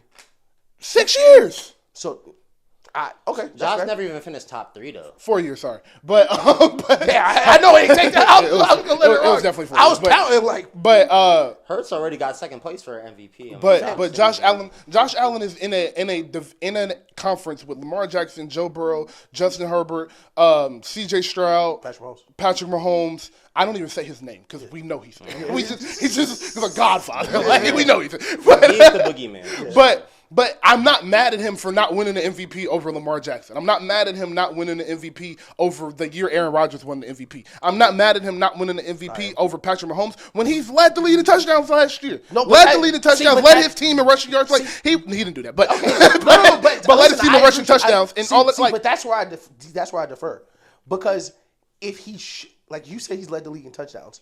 But the reason he didn't win the MVP is because he led the league in turnovers. So we're having a bad argument, really, because I like Josh Allen as much as I should, and that's what you don't like about people is they put him in conversations with Patrick Mahomes. And so I don't think he's a top 3 quarterback. He's not. I think he's 3. I think he's 3 because I would take him over Burrow, and I'm ready to put Stroud in front of him this year. But you know me, I got to see it again. So that is why I have him. Is because I can't put Stroud right there. If you started a team today, would you have him or Jalen Hurts? Shit. I like Jalen Hurts way more than everybody else, but I would say Josh. That was my thing because when the season started last year, it was Mahomes, and then it was Hurts, Allen, Lamar, and that group. And then Hurts just got dropped down. Jalen Hurts is a better quarterback than Josh Allen. I'm so happy to be on this pirate. I can tear up. Boy, you are a lucky stun tonight. No. But that's my thing. Jalen Hurts, second round talent, doesn't have Josh Allen's cannon or he's a big guy. He can run around, but he doesn't have Josh Allen's talent. So him actually being successful in the playoffs, he gets the same amount of credit as Josh Allen, who hypothetically could be good in the playoffs. Josh Allen has stinkers. Josh Allen's first playoff game, he threw a backwards lateral and turned the ball over. Like, Josh Allen has had stinkers in the playoffs. Yes. He had one great playoff game, and he lost. They didn't even win the game. No, that's not his only great playoff game. He's had multiple great playoff games, and that's why people like him so much. But what was the other one? The one Patriots? The one last year against Kansas City. The one against the Patriots. I didn't think that was a great game. The one against Baltimore. And he's definitely had some good games for sure. I'm not like him. He's had some really great playoff games. Like Baltimore 31. Yes. What year was that? Oh, 2020. I was just talking about. Yes, and so I don't know why it was the year that there was no fans in the stadium. That's what I was thinking about last year. I think Josh has a higher case to be over Hurts than Burrow does. I think literally there's. Wow, we're having some fun conversations. We have to really keep it a bean. We're supposed to get back to music, but shit. I just really have to step in real quick because I just really think if we're doing the Burrow versus Hurts argument, like you would say when niggas crown Burrow off of the Super Bowl appearance, Jalen has the Super Bowl appearance. Jalen played better in the Super Bowl. You could argue Jalen played better than Mahomes in that Super Bowl, and the defense is what lost in the Super Bowl. Fair. You know what I'm saying? If you compare them side by side, Jalen has more touchdowns than Burrow in the time that they've been in the league. Yeah. Jalen has been to the playoffs more times than Burrow has been in the league since they've been in the league. Granted, there was a year that Burrow missed because of injury, so on and so forth. Whatever. He's always hurt. Listen, bro. Oh, you don't got to tell me about Burrow. I don't fuck with that nigga. So before, we're going to change topics, but we're going to lead this here because we can pick up in the draft. And this is probably going to start the argument. But next year. We may not ever get to that draft. Next year, I don't think Josh Allen or Joe Burrow will be a top 5 quarterback in the league. I don't think either of them will be top 5 QBs. And I don't think by this time next year, that's going to be a hot take. This episode, I'm going to just cut up a bunch of clips of the shit we've said. Because we have said some wild shit on this. Say some more shit. Say something else. Listen, they're going to call you crazy or, you know what I'm saying, they're going to get behind you in a few years. I be right way more than I'm wrong. And, like, especially with Josh Allen. And I'm one of those people, fam, if you show me something, like if this is you, I'm going to expect you to continue doing that. And Josh Allen has given me no reason to think he's going to ever be a quarterback that can make the majority of your decisions and you win. Mm-hmm. Now, when Brian Daboll was there and he didn't have to make every decision, that's a little differently. But the responsibility they put on him up to Joe Brady getting there is objectively too much responsibility for him. Realistically, he lost several games by himself last year. Without a doubt. And I'll even do you one better. I need to see evidence this year Josh Allen could do it without Stephon Diggs. That nigga was not worth a penny without Stephon Diggs. Nothing. He's gone. Show me what you could do. Show me what you could do with Keon Coleman. Show me what you could do. I'm not going to do that because we talked about all the time how Lamar never got a receiver, Cam never got a receiver. So I'm not going to tell you got to do it without a receiver for me to do it and then complain that other quarterbacks had to do it without a receiver. That's not fair. No, that's the thing. But Lamar did it. That's what I'm saying. That's the But difference. I don't think he's better than Lamar. So I think He's not better than This Lamar. is truly how I think the quarterback tiers go. Patrick Mahomes and Tom Brady. Yeah, and then without a doubt. after that, I think Lamar is in a tier by himself. Okay. Lamar is in a tier by himself, That's and then fine. the next three That's quarterbacks fair. are Stroud, Burrow, and Allen. That is how in Hurts. Those are the next four. That's the thing. Those are the next four quarterbacks. I would have Hurts there. That's no and order, not by the way. The yeah. four quarterbacks Yeah. is no order. Those are the next four quarterbacks. But I think Lamar is a step above all of these quarterbacks. I agree with we that. just He got 2 MVPs. he just Yeah. has to. He just has to win the playoff game. Lamar goes and beats. Let's say they don't get the number 1 seed and they beat Josh Allen, Patrick Mahomes, Tua, and they go to the Super Bowl, win the Super Bowl. We're looking at Patrick. We're done talking about Lamar with everybody else, and that's my issue with the way we speak about him now. Is if y'all are saying if he goes and win 1 Super Bowl, y'all are gonna put him at number 2, but the niggas that y'all have him below don't have the Super Bowl, or MVPs. And one of them is never on the field. So, like, what is your logic behind having them in front of him? That's what I'm saying with Josh Allen. Yo, I like seriously, no troll. What has Josh Allen done in the NFL? Stop it, bro. Stop it. Stop trolling. No troll. He led the What NFL has in touchdowns last year, bro. That's something. That's very hard to do. Stop it. Nice. Stop it. Nice. Stop it, bro. Him and Matt Ryan, nice. Like, Stop. he led the NFL. Okay.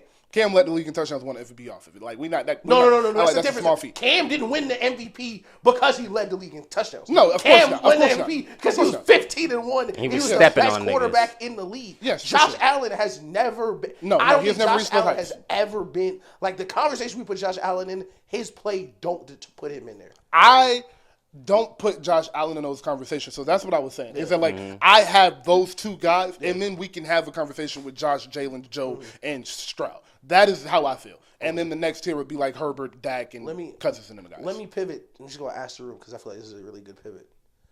What's the album of the year right now? We still don't trust you. Interesting.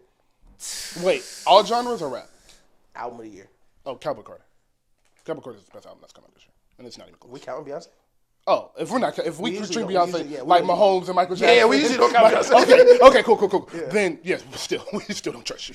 All right. We still don't trust you. Oh, what criteria are we going by? Just whatever. This is what Okay, you so call it's just like my versatilities, pick. ladies Yeah, and yeah, gentlemen. Okay, Probably, okay. yeah. Because I was gonna say if we're gonna do like necessarily sales, impact, critical, Yeah. whatever, cool. All right, my pick is algorithm. Honestly, That's fair. Yeah. That's a good answer. yeah. I'm gonna go. We don't trust you. And If I pick between the two, I do pick we don't trust you over we still don't trust you. I think we don't trust you. We still don't trust you. It's still a 10 out of 10 I love for them both me. though. Yeah. But we don't. I still, and I said this right after it came out. I still think that's a classic. I not mad I at spun that. it start to finish the other day. Couldn't believe it was still that good. No, I feel that way about We Still Don't Trust You. And the issue is people listen to We Still Don't Trust You and play the mixtape at the end. Stop it at Red Leather. That shit never should have been a thing. I don't like that. They should have just dropped it. They should have just dropped it the next Friday. Yeah, a cool EP. Or they should have just dropped Put it it like on, if just put it as a mixtape, bro. yeah, bro. Like Put it on it shouldn't be on the album. I Yeah. agree. But Streets Made Me King should be on that motherfucker. Yeah. Godly. That baby Streets Made Me King really should be on We Don't Trust You. Yeah, Listen, That's that really baby what they feature should was have done. crazy, 100%. though. That baby feature crazy. I ain't gonna Yeah. lie. But yeah, I still have.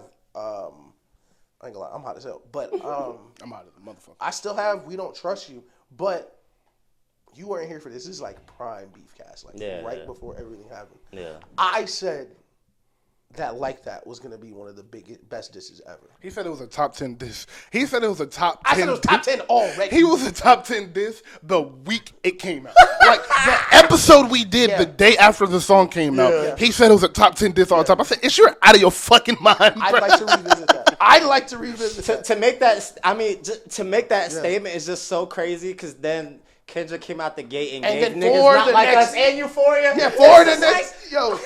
That's what that like of that list. It sounds crazy to have a song from this year on that list. Yeah. It might be 5 songs from this year on that list. So It might be 5 disses from this year. You could say that's one of the 10 best diss songs ever. So Like That will never go in my 10 best diss songs. Not like Us, Euphoria, and Family Matters all are. Yeah, I agree with that. The issue is you have to pivot the conversation to diss verses. That's fair. Because that verse shifted everything that we fucking know and love in music culture. So like that verse, if you said that was one of the diss verses that changed everything, I'd 100% get it. That's what I was about to say. You were going exactly where I was going. I can argue that that's one of the most 20 impactful rap verses we've ever heard. Ever. Top 10 beef diss tracks, can't say that because first off, it's not. It's the whole track is in the diss. It's not his song. Multiple reasons. But no, I don't go because Hit 'Em Up's not all pop. It's niggas on the back of Hit 'Em Up. Like, but they're dissing him. Future isn't dissing. Metro's dissing Drake with the beat. That's not how that works. That whole third verse. That's not that how whole third verse. That's is not how that Metro. Okay. Well, he loses.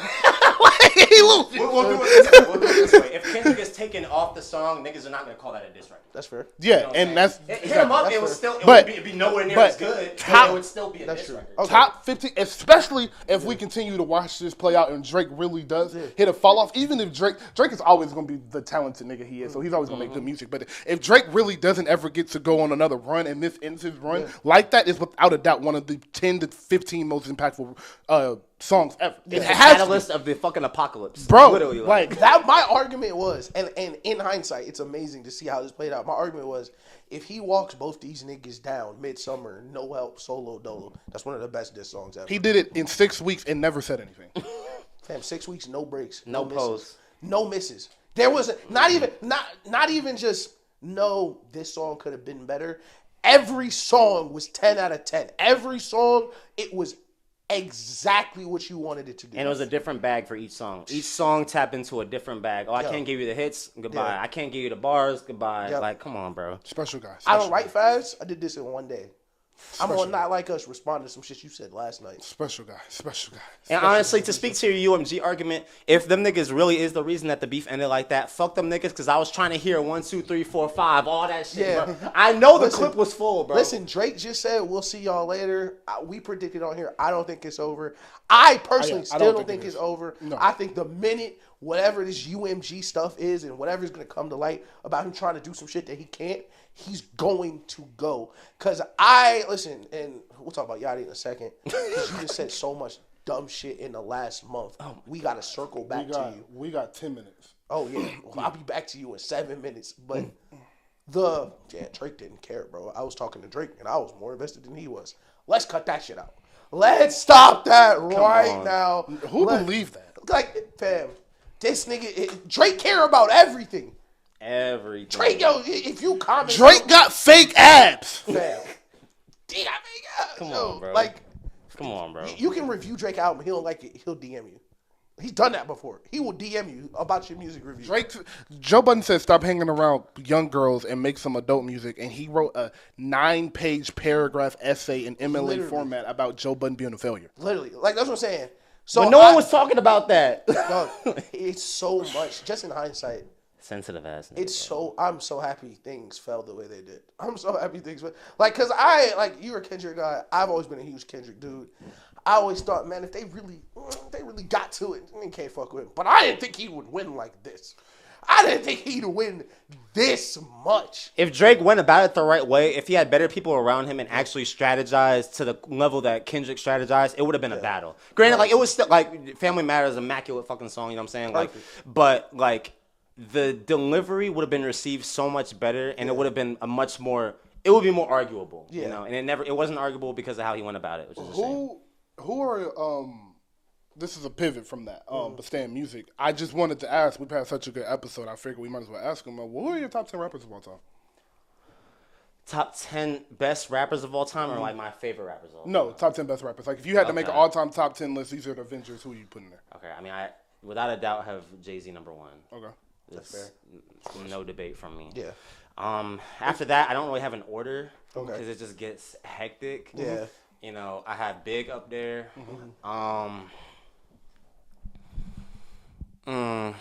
I definitely have. That's a crazy question. Ask somebody on the spot. My The top 10 of ever. We should do our 5. Let's do our 5 while he's thinking. All right. So, y'all start. So your 5. Wayne, Hove, Kanye, Kendrick, and that 5th spot right now, today, I'm going to say Eminem. I love having Kendrick there because he was not there before. Like, he's in there. He wasn't in mine either before this, but after, he is firmly within mine. I'll number mine this time. Hove, Wayne, Ye,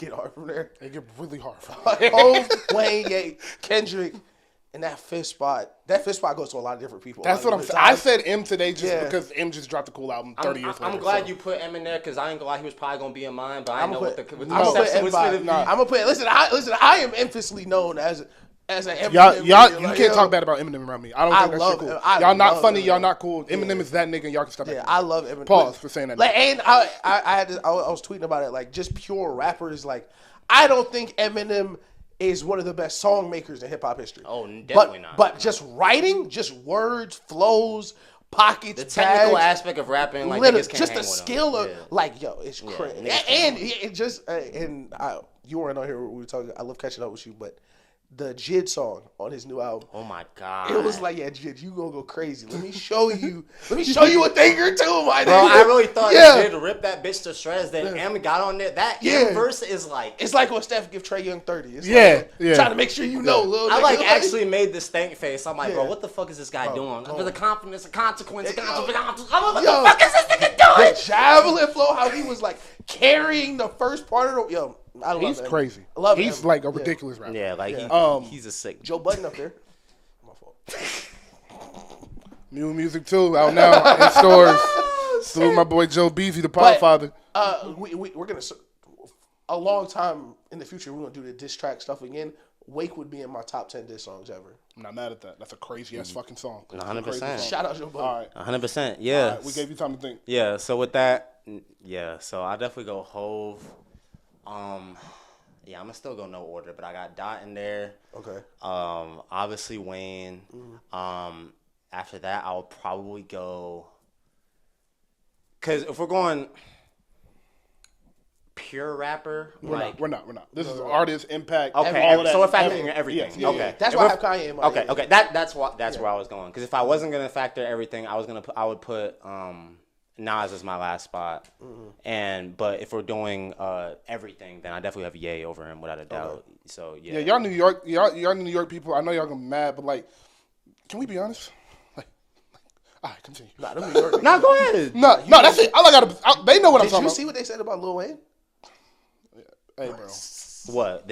Who did they have over Wayne? No. They said Lil Wayne didn't blow until New York started fucking with him.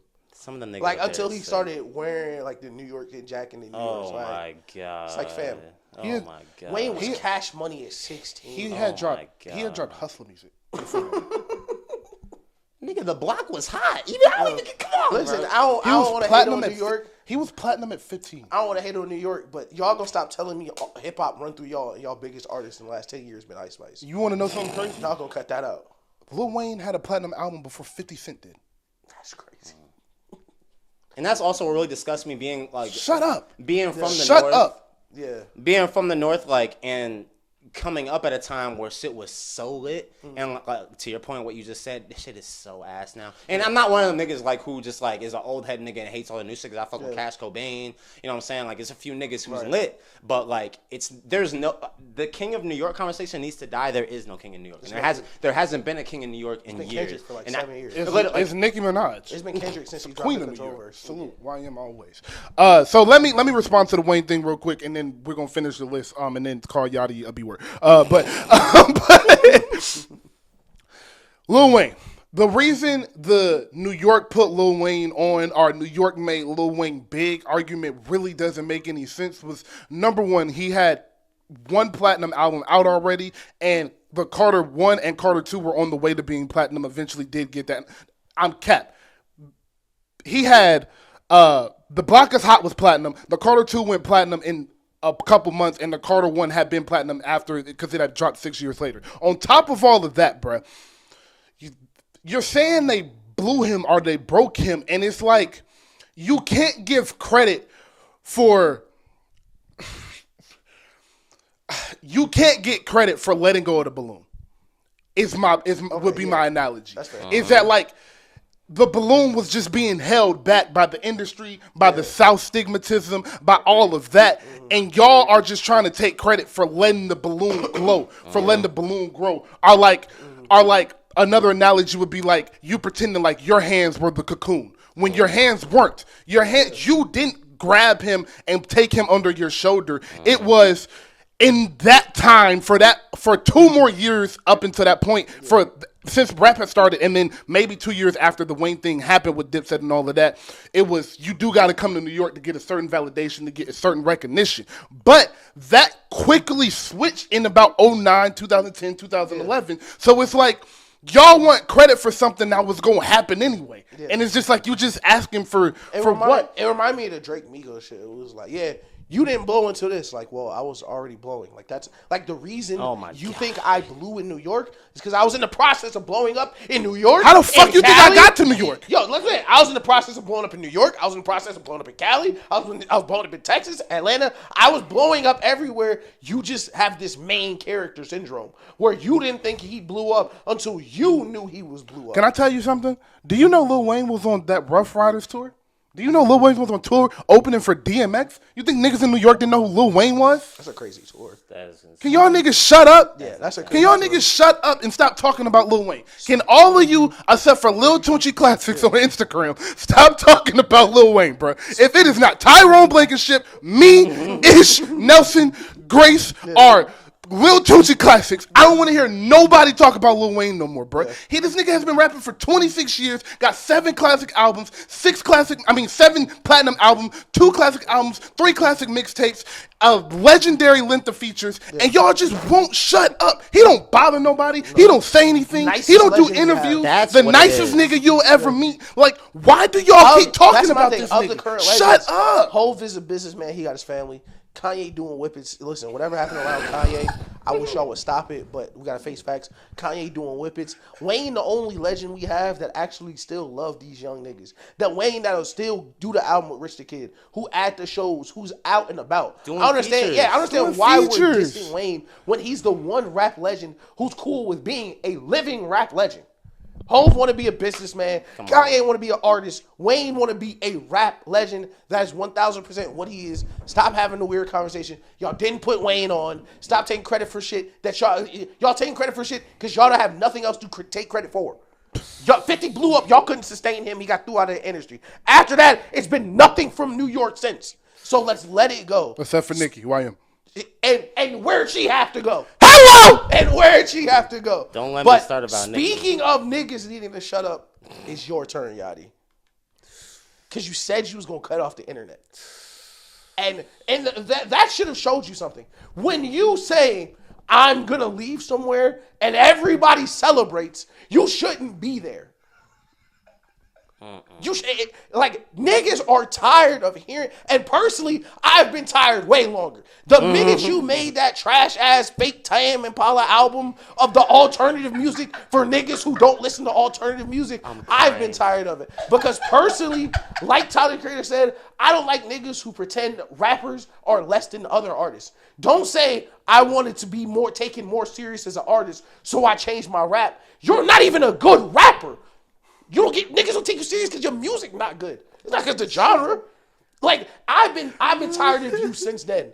But the nerve to crash out and niggas think I'm gonna take the Caribou angle because I love her, but I'm not. I'm gonna take the pod angle for you to crash out on your homie in front of all them niggas just because niggas on the internet were tweeting stuff you don't like. I know exactly what type of nigga you are. And the joke where it was, don't let Yachty buy you a McChicken or everybody gonna know. It is some ha-ha shit, but that is some of the lamest things you could ever do to your friends. Easy. Because you are not put on of the strength in Lil Yachty, and that is what is so annoying. You are talking to that nigga like you were in the basement, you were in the lab, you did the beats, fam, you got hot off a meme, and off the back of that meme, niggas got you hot in Atlanta, and you've been riding that wave your entire career. And then went to Detroit to try to find another one. And couldn't do it. Now you Drake's sidekick. And you not even that no more. He took you off the single. You did all that dick riding this summer. For what? You ain't even make the single. Nigga did get taken off the single. It's your birthday. Nigga took you off the record. That's tough. And you was doing all that hating on Mr. Hotspot. It was about his religion. First of all, if it was, that's a great reason. But second of all, he didn't even say that. He just said, it's a song for kids. Maybe y'all don't need to curse on it. And you got on his niggas tried to pressure him into dropping it. You was on stream. We gonna leak it anyway. All that nerd shit just for you not to be on it. That is tough. You killed that.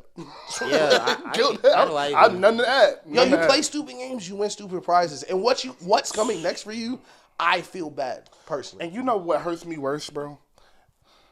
Is that the lame niggas don't ever actually be from Atlanta. Yeah. They usually be coming from out of town, and it's like, oh, you grew up in Atlanta, now you trying to be Atlanta. And shout rare that an Atlanta nigga is a lame nigga. Shorty hit me because niggas know I love caribou. He was like, what do you think about this?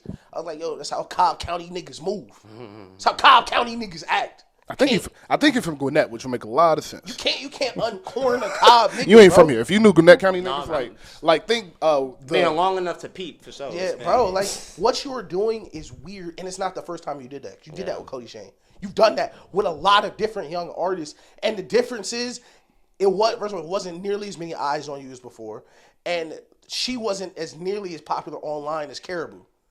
But like the lame shit you be doing, niggas starting to see it. Like you thinking like, yo, I wrote Caribou songs. It's like a trump card. Like, oh, I'm gonna drop her a reference track. Fam, everyone knows.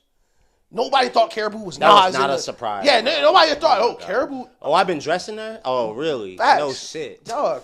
And the reason that's lame, because the other niggas in your crew, I can and see you diss them like with the side? Yeah. Fam, I was dressing all them niggas. What? Like, fam. Yeah. Calm, chill, nigga. Yeah. Even if you were, the fact that you're got it on the hip, ready to throw it in their face, show what type of nigga you are for real. I think my biggest beef, I'll be quick, is really just because I am a fan of Yachty and I do enjoy his music. Mm-hmm. And I hope it doesn't get to the point where I'm going to have to treat him like, oh, I got to separate the art from the artist because I do like the music, but you're being lame as fuck. And I hope it don't have to get to that point. But my beef is, I can really tell that you Drake best friend, bro. Because I watch every episode of the pod. I'm tapped in, and you put this persona of not giving a fuck what nobody think. You talk about it. You find a way to mention it every single time. Oh, all these people tweet about me, but I really just don't give a fuck. Yeah. And then the moment that nigga said some shit about you, you got on live and crashed out like a bitch. I'm sorry. Bro, he got on live and crashed out because one of his friends didn't get on the internet to tell him that they was joking. Oh, yeah, we was just kidding. Like, nigga, what the fuck are we talking about, The nigga said you was on live sounding like Meatwad, nigga. First of all, you sounded crazy. I personally am against all Instagram live crash outs because first of all, you niggas are stars. So when we see y'all, you usually have the lighting right. You be dressed, it be makeup, it be color block. Nigga was outside. You look crazy, nigga. You look crazy, man. All you talk about is the millions of dollars you have and how up you are and all this shit. Why the fuck does it matter what anyone? Niggas could be calling you gay and you shouldn't give a fuck. I'm sorry. Yeah, you feel me? And the for you to try to take she be talking in anybody any type of way, you do that. She be calling people poor. You called her poor in that video. Everything, that's why I know what type of nigga you are. Because everything you're accusing her of doing, you're doing in that video to her. And then if you wanted the nigga to get on the internet and apologize, why are you on the internet telling him to apologize? Why don't you just go talk to the nigga? Yeah. The nigga lives with you. You talk about how he lives with you. Yeah. And then you want to talk about the nigga, what is he apologizing for? Yeah. You said the shit. It was wrong. I gotta tell them niggas you joking because you said some shit that was fucked up. Crazy as fuck, bro. You was wrong. That's the worst part. You was wrong. You shouldn't have said none of that shit to Key Glock. And it goes back to my point of niggas thinking they're geniuses. Niggas was telling Yachty he's a genius. At fucking what, bro? What is Yachty a genius at? What gives you the ego to think you can talk about these people who absolutely helped you become who you are as if you carried them through the mud? Like your career is birthed from a YouTube video that you had nothing to do with. You was a meme. You were the first meme SoundCloud rappers. You should be. You know what's crazy? Because we watched the Everyday Struggle episode. And in hindsight, it makes so much sense why Joe Budden crashed out on this nigga. Because you are such an unserious artist, bro. You're so unserious. You act like you have no idea what's going on. But also, you're this mastermind who's dressing everybody. I birthed your career. What career? What are you talking about? The album which James Blake came and went too, by the way. Just gotta put. By the way, instantly, that Joe Budden Lil Yachty interview made me a Joe Budden fan. It's a classic. I want you to know Joe Budden's delivery in that is some of the funniest shit you will ever watch in your life. He's the first. He said no. I will not let you sit here and tell me that a young man in this predatory music industry is happy all the time. I won't let you tell me that. I said, nigga.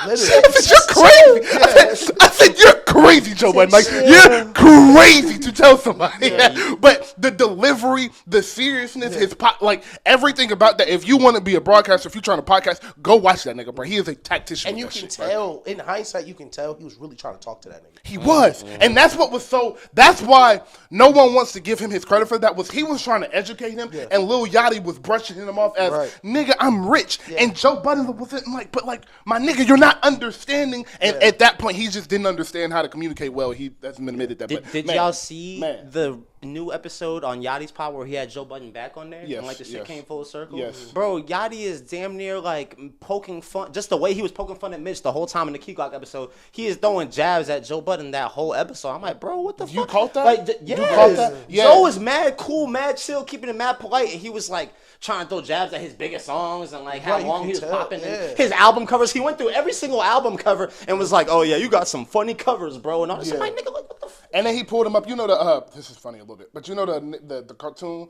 that's like have Phil that they say Joe Budden looks like. He was like, you know, you look like him. Yeah. Yes. It was like, bro, he flew down to Atlanta to come on your. I mean, well, he didn't flew down, but he did you the honor.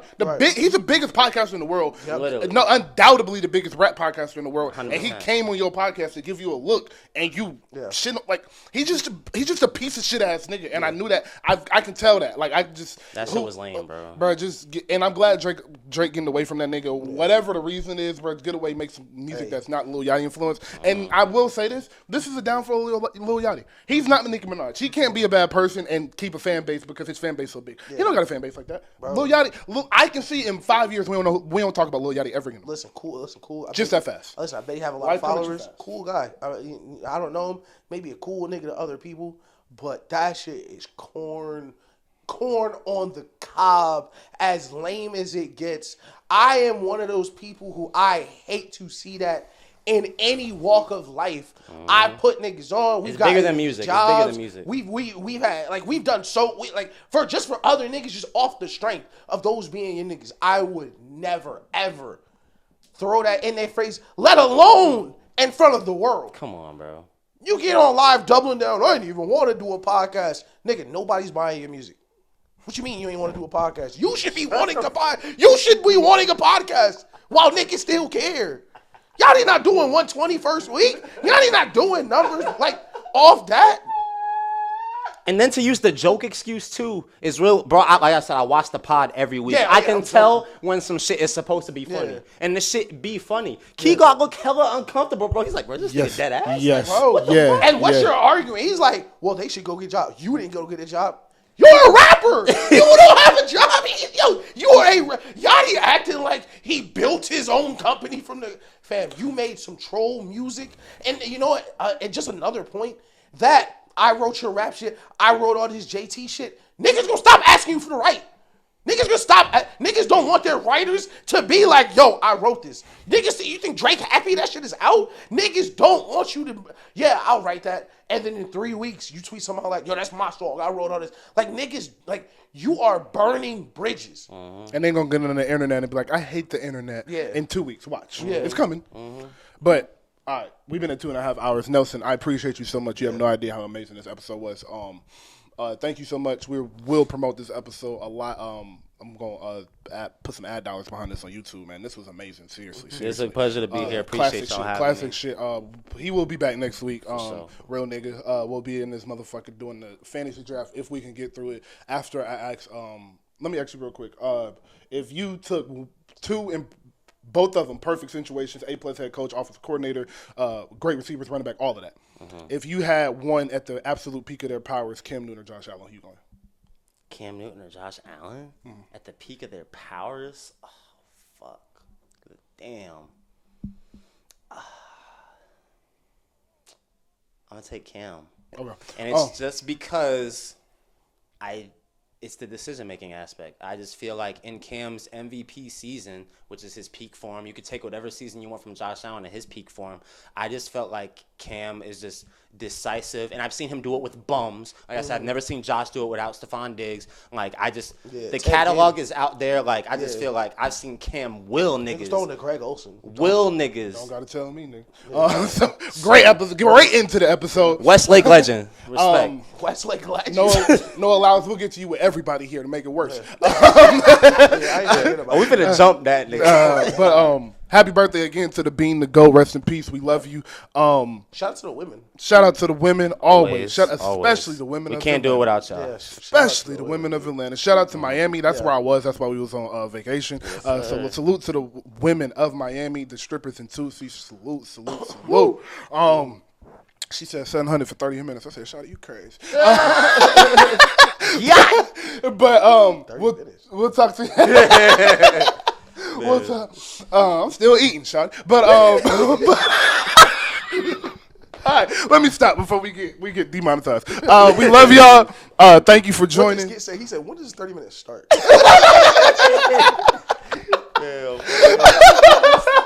My timer, your timer. We're done in the 30 minutes. I'm gonna drag that bitch out, boy. But my boys, Nelson, Ish, subscribe to the channel. We love you. Thank you. And pose for the thumbnail.